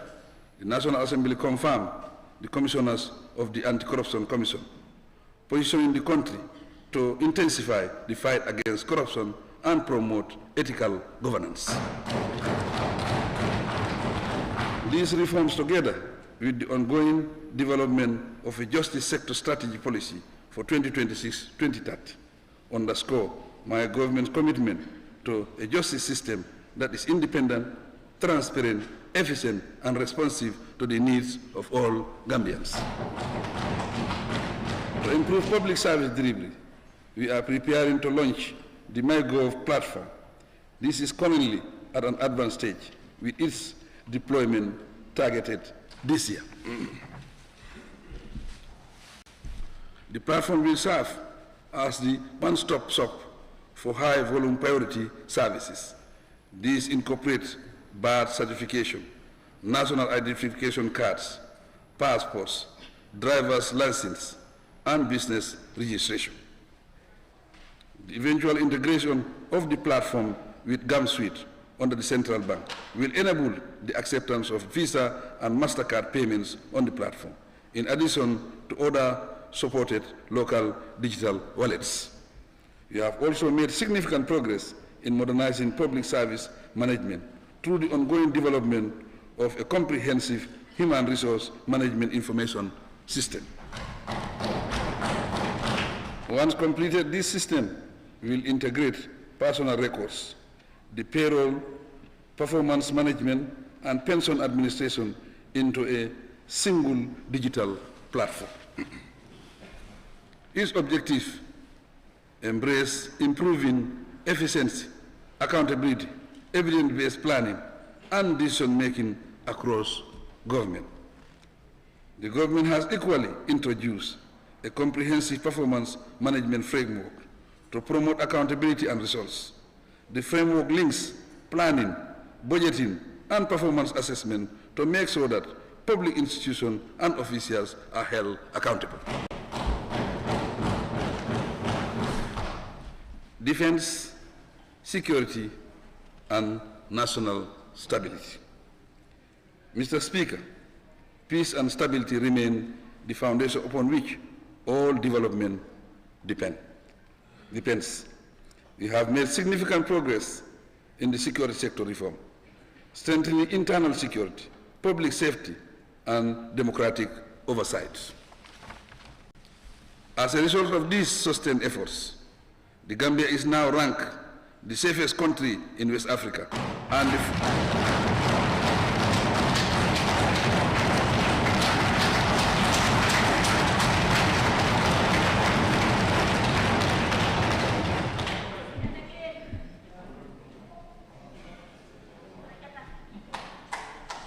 the Gambia is now ranked the safest country in West Africa, fourth safest in Africa, according to Business Insider Africa. This achievement reflects the growing confidence in our national institutions and the unwavering commitment of our security services to safeguarding the country and its people. Law enforcement performance is improving, as indicated by the arrest of a number of dangerous criminals last year. They include fugitives linked to armed robbery, murder, and other high-profile cases, thus suggesting growing efficiency within the security services and raising crime detection trend in the country. In the same manner, border control was strengthened through the rollout of the Migration Information and Data Analysis System and the integrated immigration systems. A major milestone was the enactment of the National Security Council Act 2025, which completed the Gambia's national security architecture to enhance strategic oversight, accountability, and interagency cooperation. Drug enforcement efforts recorded significant successes. Over 1,170 drug-related cases were handled, and the conviction rate increased by about 98%, alongside progress on the establishment of a regional treatment and rehabilitation center. Tourism, arts, and culture. Mr. Speaker, in 2025, the tourism sector recorded 233,113 tourist arrivals, representing a 3% increase over 2024. By the same token, micro, small, and medium enterprises were strengthened, with over 120 enterprises supported and 50% of them securing buyer-supplier linkages, with investment in coastal protection and new training programs, position the sector for resilient growth. $1.4 million in matching grants was approved for businesses as well. The government successfully secured a UNESCO funding of $100,000 for our cultural heritage preservation project. So far, 90 intangible cultural elements have been documented. A major upgrades of Fort Bullen and the Mango Park Memorial have been undertaken. Relatedly, the Gambia has earned UNESCO's recognition of the historic Georgetown in the Central River region. Diplomacy and global engagement. Mr. Speaker, in 2025, my government strengthened its international standing and strategic partnerships. We continue to play leading roles in international community as chair of the OIC. Key milestones registered include the fourth EU-Gambia partnership meeting under the Samoa Agreement and participation in the EU-AU Summit. I take this opportunity to express sincere appreciation to all our bilateral and multilateral partners whose technical, financial, and policy support continues to complement the government efforts and strengthen our national response to development challenges.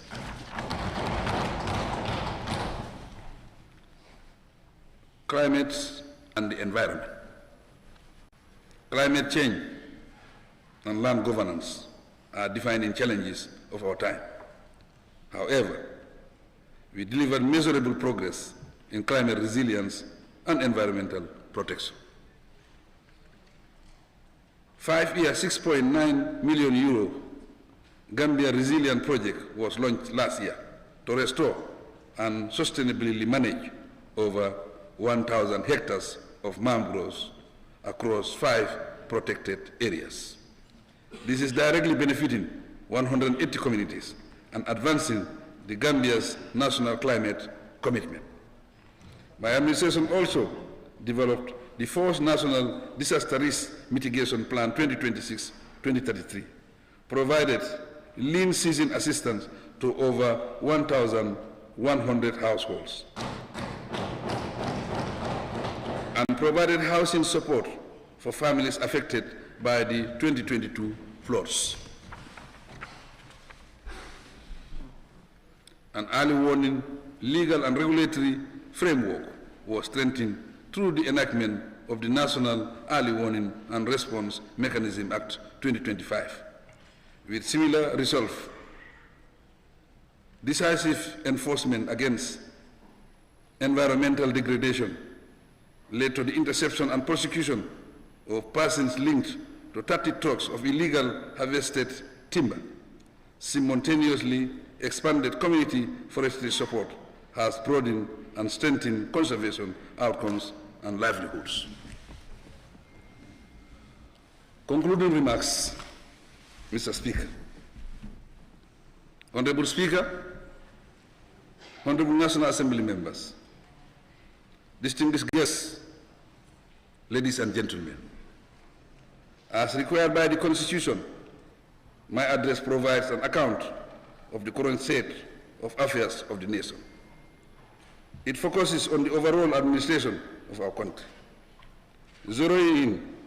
on major policies, programs, legislation, achievements, challenges, and future direction. As we reflect on the progress made by my administration and the challenges ahead, my message to all Gambians is that we recommit ourselves to a more resilient and progressive Gambia based on the principles of IRWA, the National Development Plan. Mr. Speaker, my government recognizes that despite the progress made in 2025, challenges linger on. We are aware, for example, of the continuous cost of living pressures on many households. Hence the heavy investment in agriculture to boost our food self-sufficiency drive through local production. We continue to provide support to ease the challenges associated with smallholder farming and the subsistence nature of our agriculture. Our output support through subsidies is to ensure farmers spend less and earn much more from their produce. The price of granules last year exemplify this. In the medium to long term, we will continue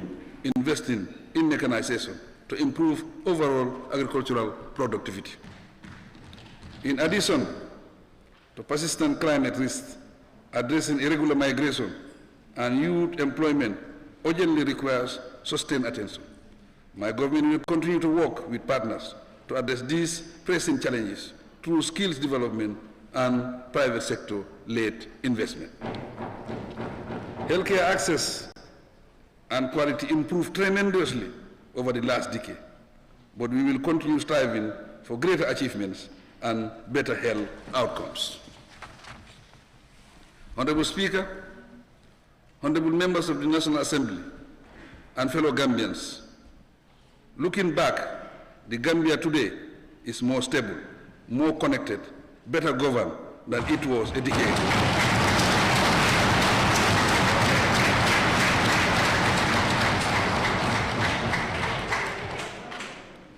Functional institutions have been established, relevant systems strengthened, and solid foundations laid for more significant outcomes. The task ahead is to consolidate these gains, maintain a vibrant and diversified economy, protect democratic stability, and continue building a resilient and inclusive nation. As we reflect on our journey together, let us reaffirm our commitment to justice and good governance. Our courts, institutions, and leaders in all spheres of work must continue to serve with integrity and ensure that every Gambian feels seen, heard, and respected. This is not a perfect path, but it is the path of progress. It is the path that demands patience, accountability, dialogue, and the courage to correct ourselves when we falter. We extend a hand of friendship to all friendly nations, near and far, and we do so conscious that our voice carries the weight of our people's dignity. Mr. Speaker, my government will continue to build roads, schools, hospitals, and energy systems that connect our communities and power our future.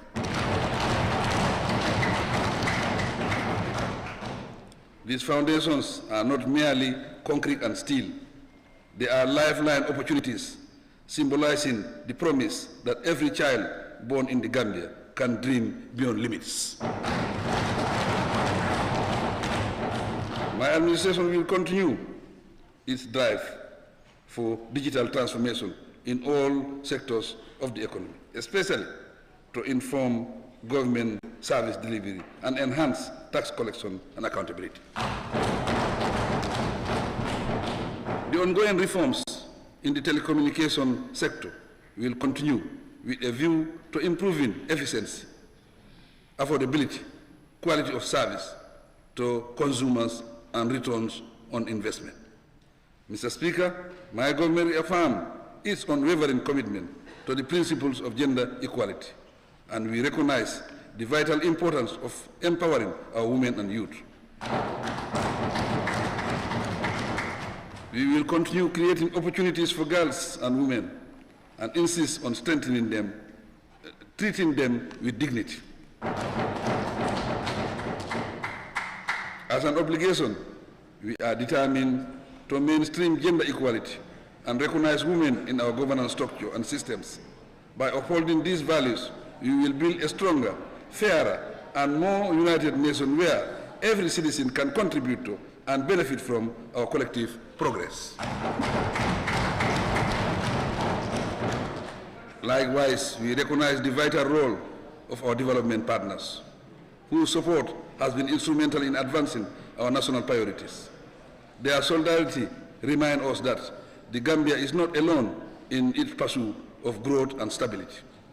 With their partnership, we are better equipped to transform challenges into opportunities and to ensure that no Gambian is left behind. Mr. Speaker, honorable members and fellow Gambians,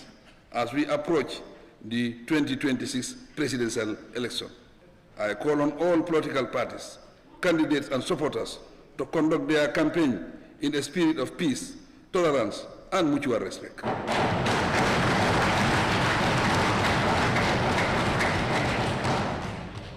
Elections are a cornerstone of our democracy, and they must strengthen rather than divide us. Together with the Independent Electoral Commission and all relevant institutions, my government remains fully committed to ensuring that the upcoming election is conducted in a peaceful, transparent, credible, and orderly manner. I urge every Gambian to uphold the values of unity, dialogue, and national cohesion so that the outcome of the election reflects the will of the people and further consolidates our democratic gains. Mr. Speaker, also call on all Gambians to join my government in building the Gambia we aspire. We may not have the Gambia of our dreams yet, but we are shaping it with every effort, every sacrifice, and every act of service. Together, we are writing a story of resilience and hope, a story that says to the world, the Gambia is rising, and although the journey is long, our resolve is unshakable. To conclude, Mr. Speaker, I sincerely thank my cabinet members, the judiciary, the legislature, our public servants, the private sector, civil society organizations, and the security and intelligence services, as well as all Gambians and friends of the Gambia for our successes. I pray that we continue to work closely in harmony and strive for sustained peace, stability, security, progress, and inclusive development. I thank you all for your kind attention.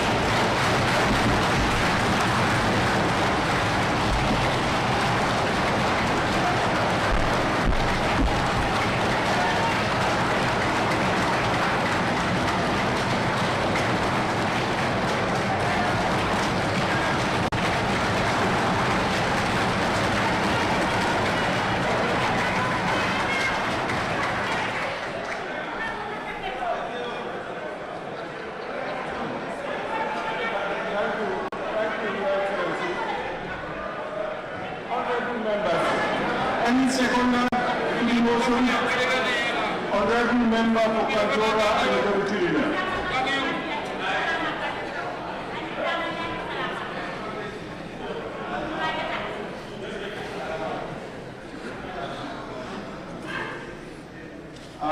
Thank you very much, Right Honorable Speaker, for giving me the floor to second the motion heavily laid and tabled by His Excellency the President in fulfillment of his constitutional provision. Honorable Speaker, I rise to second the motion. Allow me, Mr. Johnson, as well, to thank His Excellency the President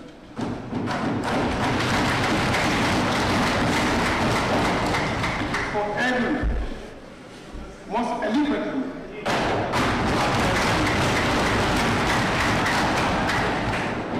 delivering his television address.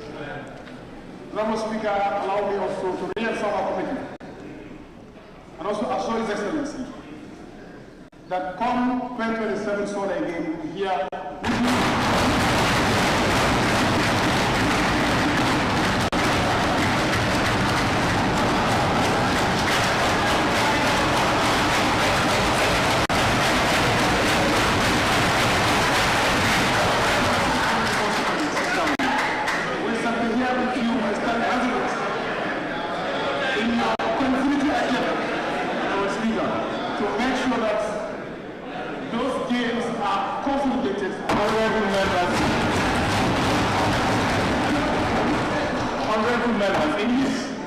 you cannot be telling or you learn, but stop talking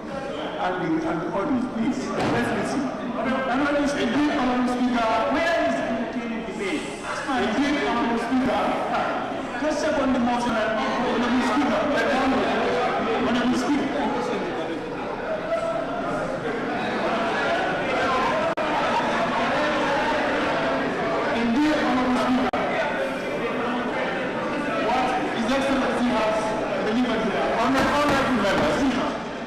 identify members and call your constituency and ask the people here are your electors to know you are misbehaving. We put it on record. If I see you, I will just call your constituency and ask you to keep quiet. Honorable Speaker, I am in full agreement with His Excellency that indeed Gambia is in the right trajectory in terms of development, in terms of advancement. So therefore, we are standing on this continued agenda that President Aramburu for continuity till next term. Honorable Speaker, on that note, I thank you so much for giving me the floor.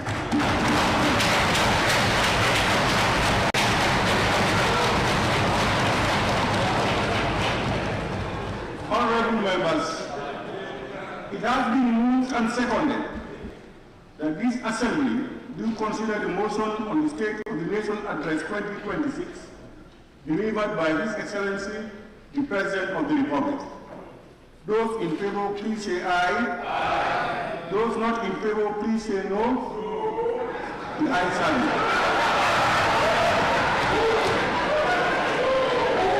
Honorable members, honorable members,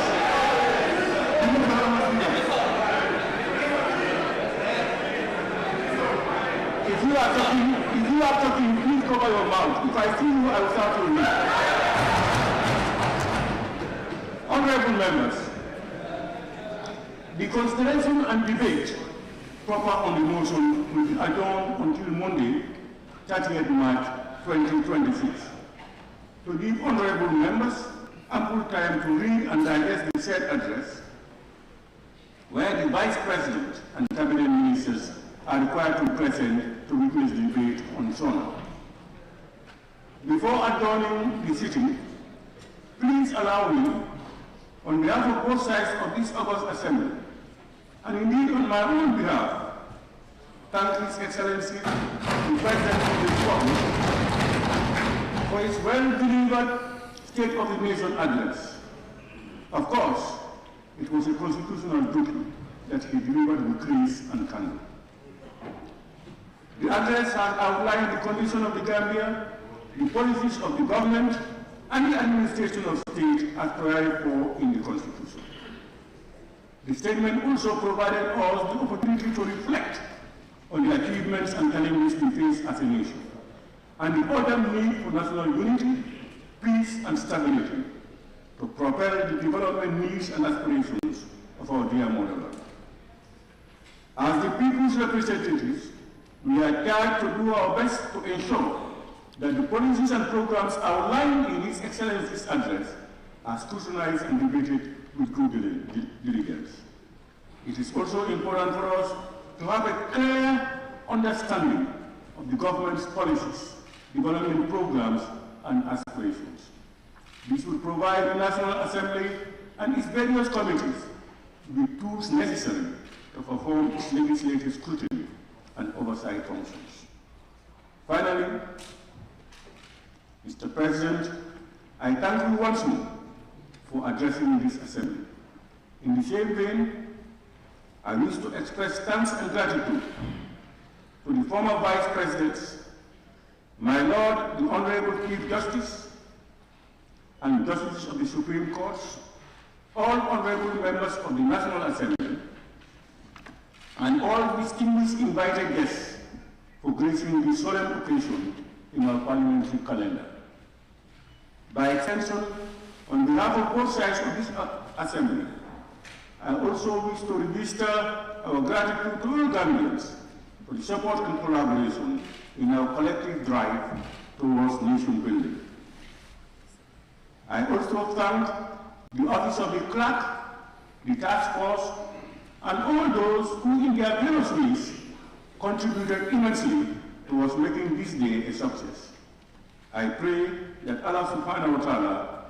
blesses and guide us all. Honorable members, after putting the question, may I kindly ask all guests to remain seated to allow His Excellency, the President, to take leave of the chambers, to be followed by Cabinet Ministers and others.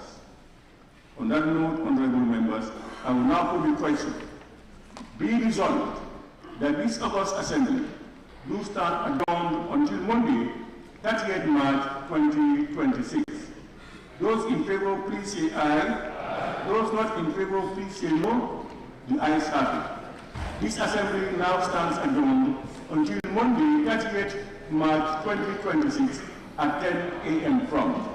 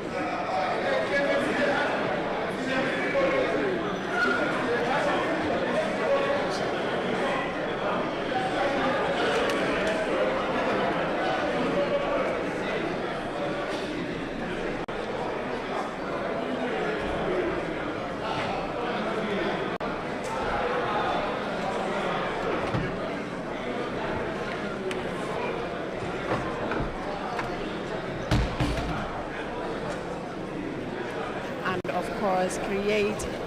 enabling environment for businesses to thrive, and of course creating peace and security when it comes to women empowerment as well, youth employment and protection of children in the Gambia. We've also heard from him from the agricultural sector, and of course he did mention one key thing, that the Gambia is among the safest countries in West Africa, and that is a plus for Gambia and Gambians. And Sally, like I said, it's an important occasion. This is the State of the Nation's address, and we hope, of course, Gambians will appreciate the statement being delivered by the President today at the National Assembly. I am Fatou Janimbai, and we've been your commentators for this auspicious occasion. Sally.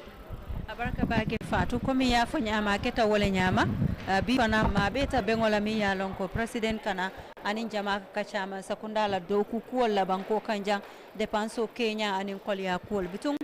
president kuma jama le fo mi ya lonko tabe fo lali no sign barembe min fo la dorong ay kibaro di mi ya lonko. Thank you very much, wonderful viewers. You are still watching Gambia Talents TV, and we're broadcasting here at the Assembly Ground, where His Excellency President Adama Barrow just delivered his 2026 State of the Nation address. Jadama, what a marathon of speech that His Excellency President Adama Barrow delivered today here. Nanata wala ay kujamal male andung even afokono imala matakunda like aning sometimes ikatama de nyaminke bari nsafoko fanang nanata kataku wala ifo yokuolta ya bondi nyoto ya kese bondi nyoto. So I just also hope the call Gambeno be ala speech mimam bete ya fana ya famole mim bete ya fana ya famole. Overall, yeah, His Excellency speech jenyade. Yeah, Aisha ka lamoy lal hakilo bulande doron ko be Gambia Talents TV de jibe ka live and direct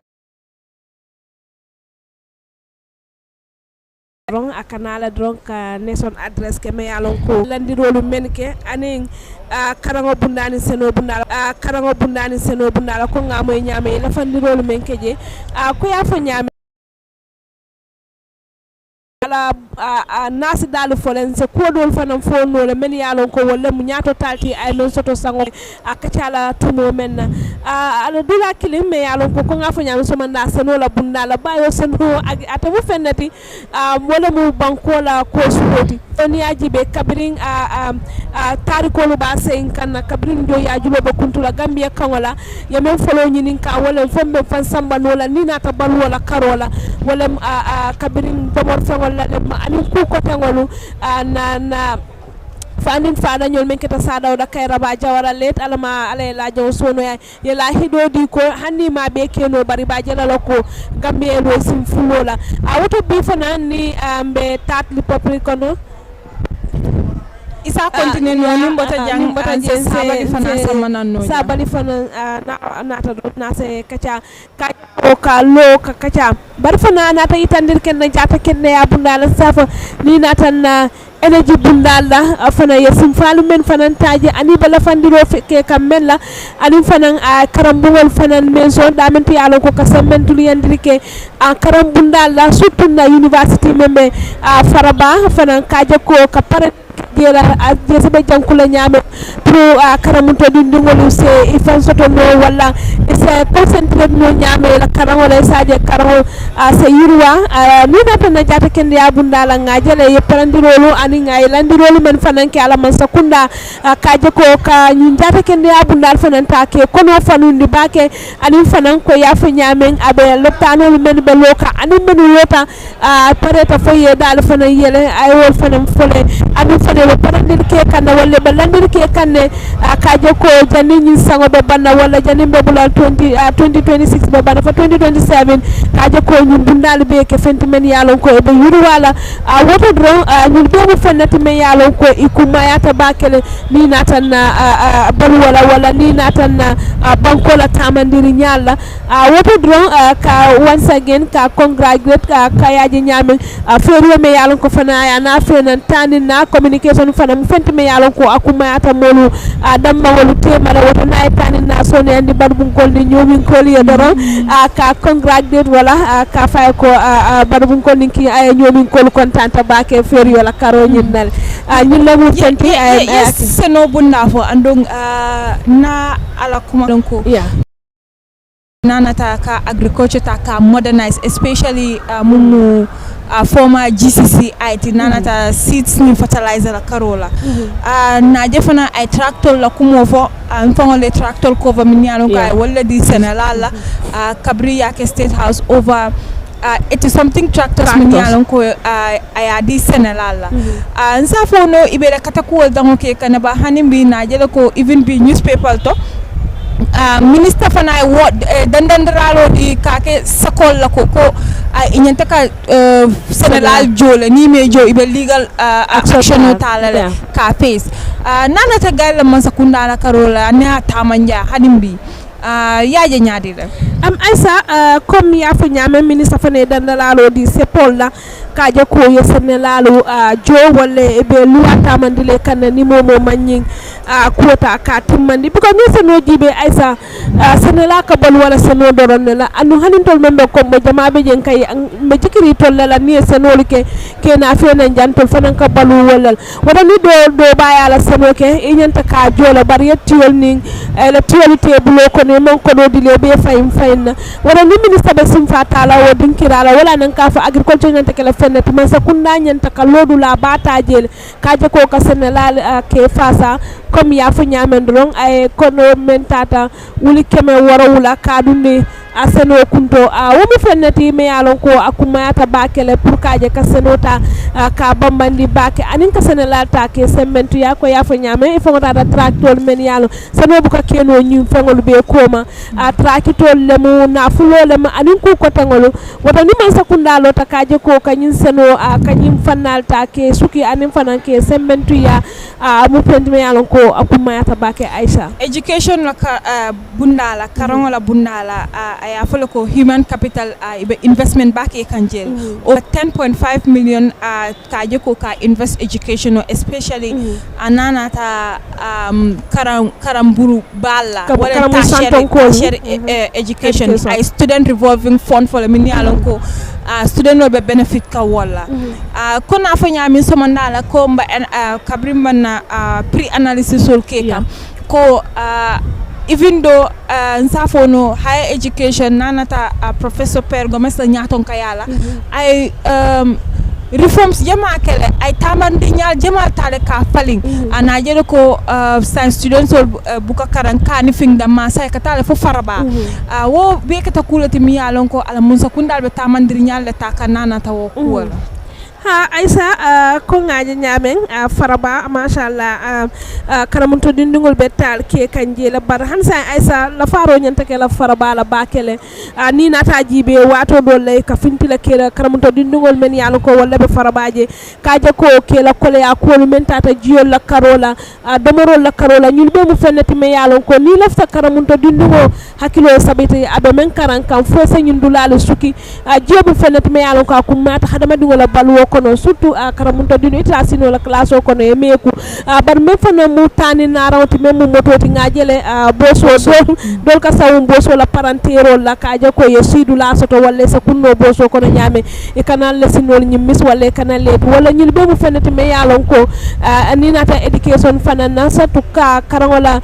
bunda santon ko lu kala farke o dinki lala karamunto dino ngol tani na sa sono ye bulu nyame o do karango be la fa kan bayo sa da fonga university soto a lor nga faye me yalon ko woto mu farabati bar tanin na fana mbokol yarin karamuto dindingolu bulle ñin dinkiral fana mu fenti me yalon ko je ñanta jibe la baake la hanatari be boso la faale kaaje ko kana ko ya ko soto adum fane kanela la sinol ta ke mis fana wo fana ko mata ba musol la sembentu ya youth empowerment and women empowerment you know I diamo ko and I jela ko na moylo ko ala mon sakunda ka monthly fenkol fana tale ka di ka disbursement o kala mi anko wala monthly disbursement ka di disability la mi alon ko foy i bulol wala singol le balantema ñun fana mi hadama dingol te min ko bon kono ha so a jelo a folo ko ko fana di le bari fo mo bele ka fo mo bele fana ya kalam ta ko o be soto kan min ka soto ya Aisa women's empowerment muso dol anyway wol se fanjeno jel bar tama fana mbije mi fanjeno munati nan ko mi fanjeno ni nata president ka lonkin menki NPP bureau to men ta kanya $50 million la ani ajibe musolu men ka soto wala ni man NPP la membership card soto ite dati je anu ngajele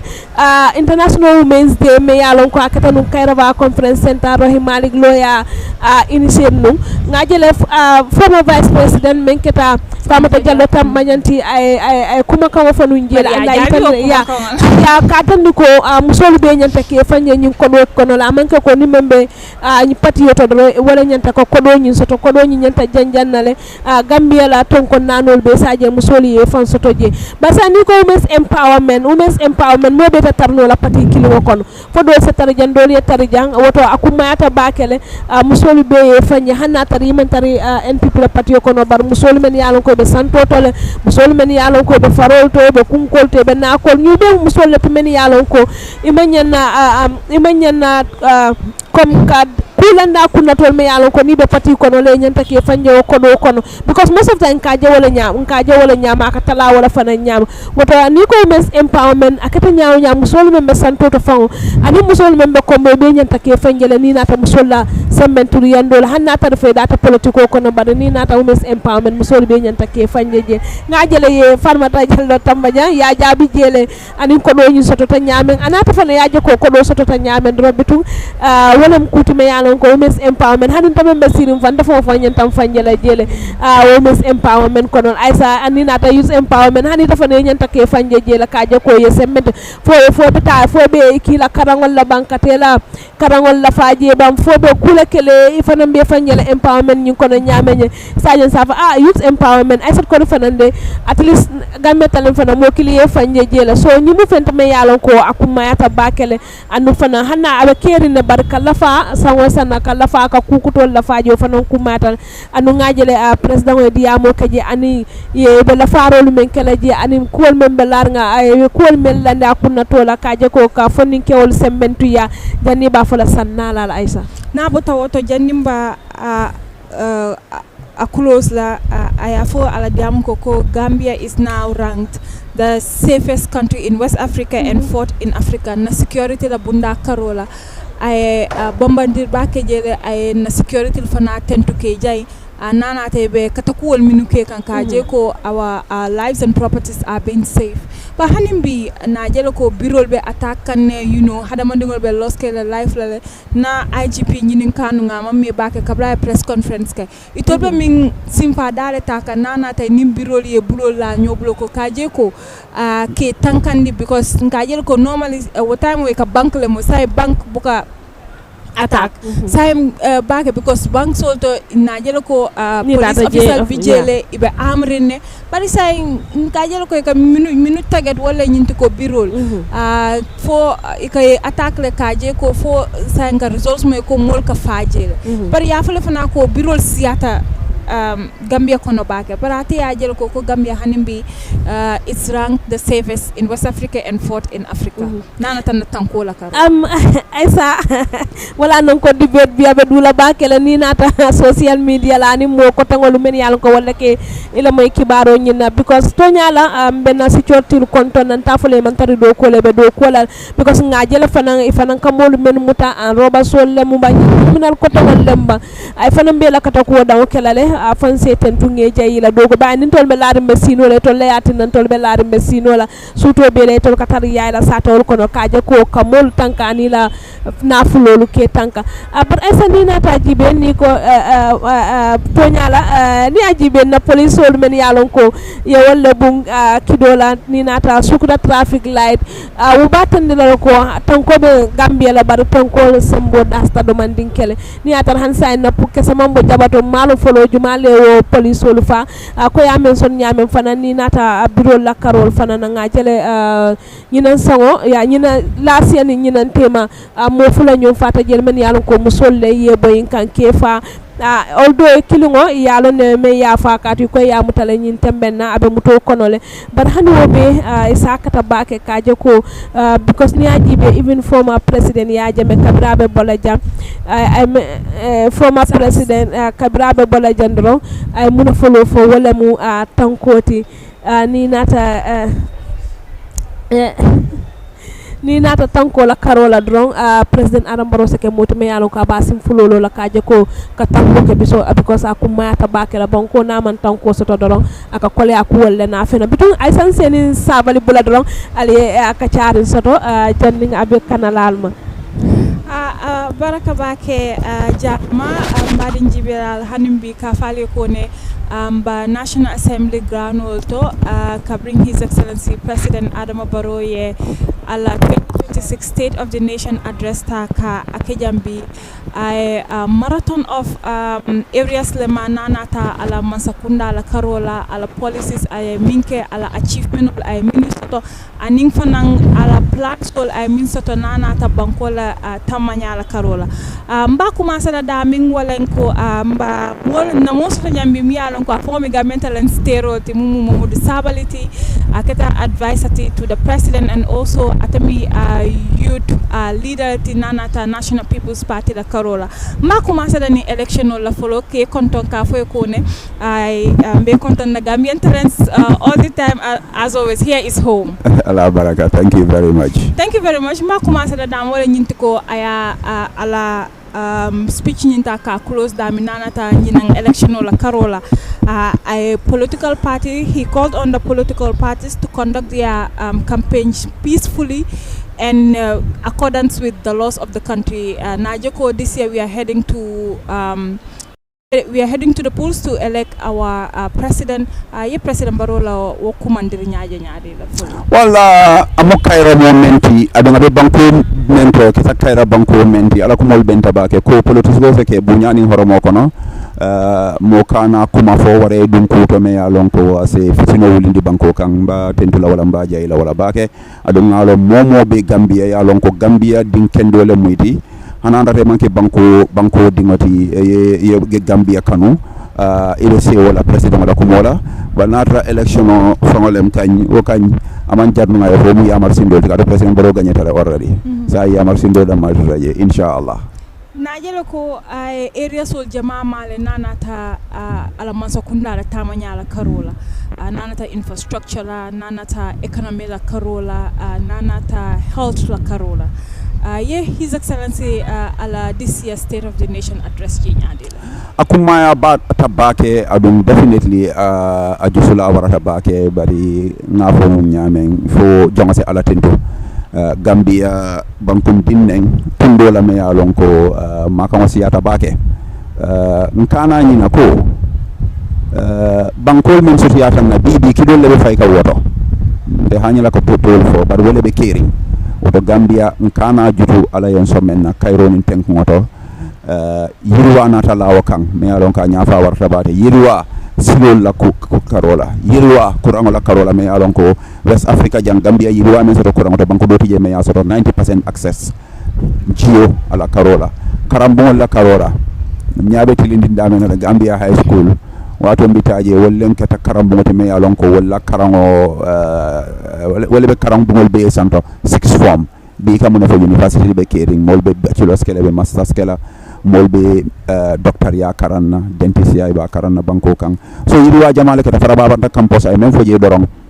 parce que mbodo ma sakunda ay men dundi pour ka karango yiri wandi higher education ma woni basic education man killing asiata billion woro wolati dalasi kodola l'hôpital len be loring fo badi bu sali kenya len fo tumanna lem fo kise majawlem fo mankaman kunda len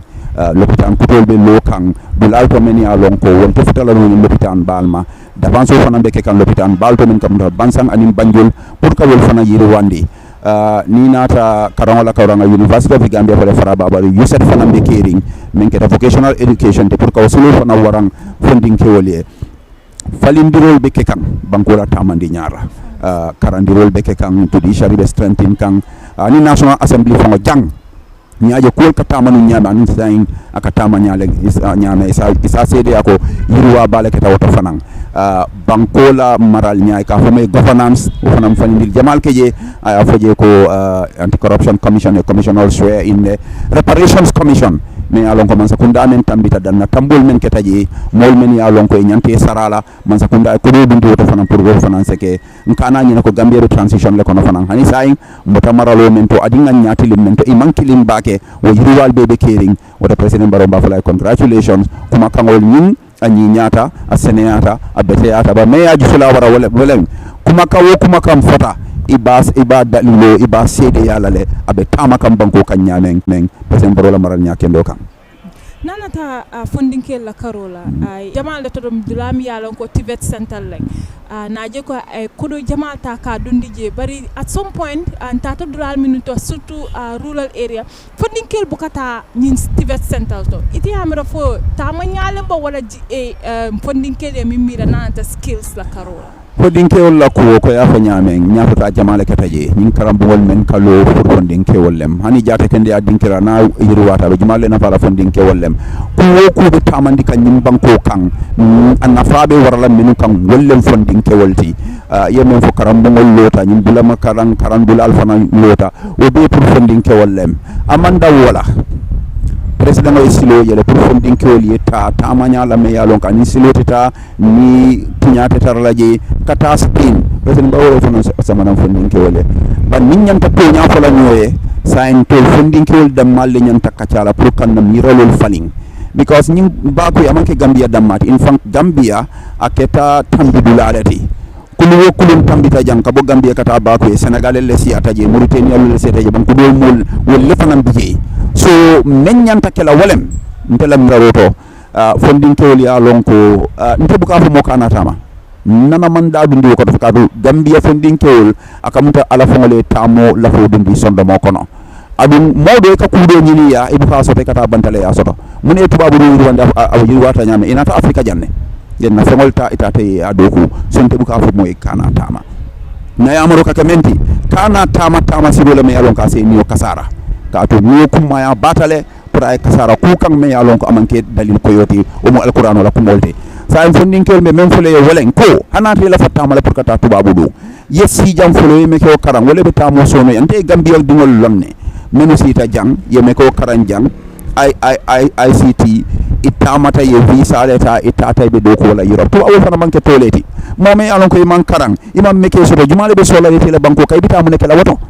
na funding kewol je janne bi nin cruise ship manager be diamu kan cruise ship program Mr Drame Gambia funding kewol jamale opportunity soto jam pour kata cruise ship ika visa di le eta fo America e boko kenyin kulungol to ni li fo soto ina jang bari ka fondinke juma leta menu 40 e skill soto men yalon ko ni ta do cruise ship to ise boko kenoje nkana nyoni ni nga sonka sabari ka katoke ka karonke ka meke wonin isina wuli yeta tamasilo kan wala tamo be sono yala nkana ta ba ko la fanan aben batandi kanne ngani Spain ko men fo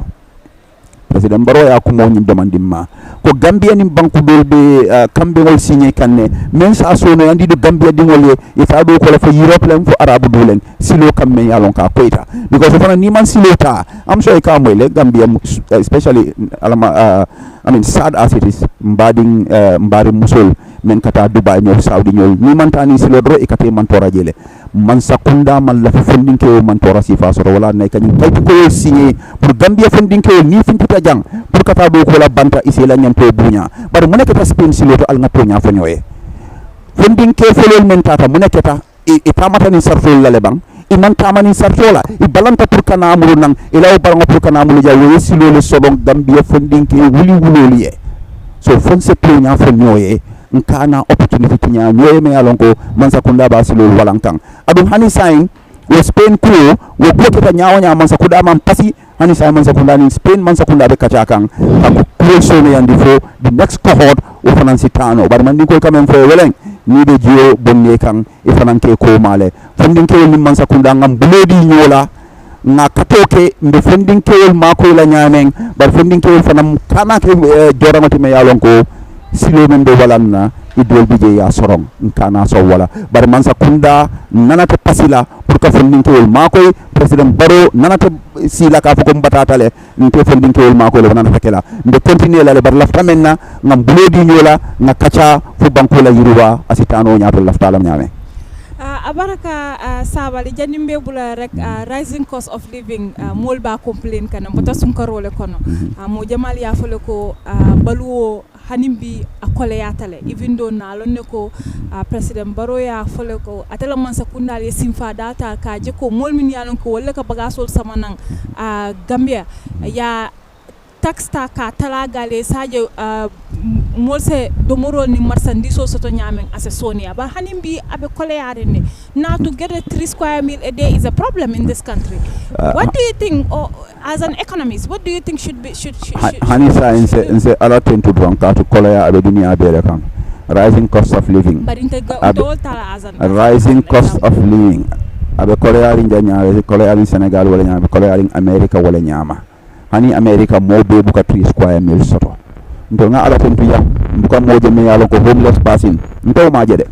bar America bijele dunia lebe Korea ring fente fo nyin coronavirus men ketam bota ko no Ukraine to lonata mbota jembe kele dole kan BBB America no lebe kumbo kan tolti because of the cost of gas mun aussi kelo bar man sakunda president Barrow nya ton kayato amanya kasu wala ala diamota o fanan jegelo ko nyimmu kulita me yalon kay na moldo bari be simfal ta kanjele mun simfal lebe ta kanje man sakunda be kodo ta kan tubabo ka fo mo subsidy nin jambando nyanta sanna wuli fulala man sakunda so wuli kilingo ke boto to pour Sénégal sa sanno wuli kilinna wo kam muneke pour ni Sénégal senoke ni be wafiro kala tolo men be tulebul assesia man sakunda be o kan man sakunda e masinol samanan janne fo tractor leng threshing machine ndata fo sa ni tata siara dula do to mano pour kakati man masinole ka ke suwaro masinole ka ke munana president Barrow jimbe ke pour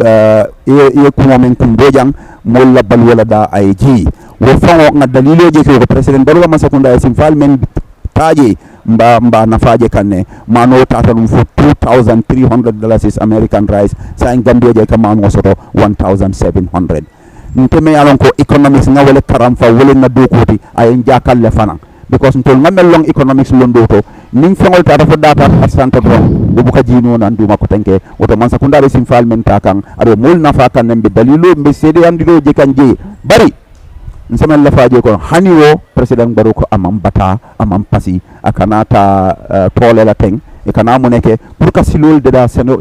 sembo be wararing dinkeralmente banko kan ka seno ko sunu yandi Gambia dingole ultimately wadda malabe mako la pour balwo daaji katu balwo naka bonam banta nim dollar o sare ta drom balwo dabe la falale ngani ko wol kalamutale president ya kalamutale akum mayata fanam puragol fanan alkanyin sama nang nin ka rol to pour se mollondi ko ntol manya kasi molla kole ani la de ko walla bari mbesim falmen ta fanan so ko indi mole pour mol salon ko nin ko president ka fo nyamen hani korda abukalo no sanji pamul sako sanji kebe ikake ifama ka kela boje ete na yatu dingol bulu wo process min be continue ka wala le ala de maroka. Thank you very much. Abaraka. Abaraka bake wagan Momodu Sabaliti, presidential advisor and also a youth president of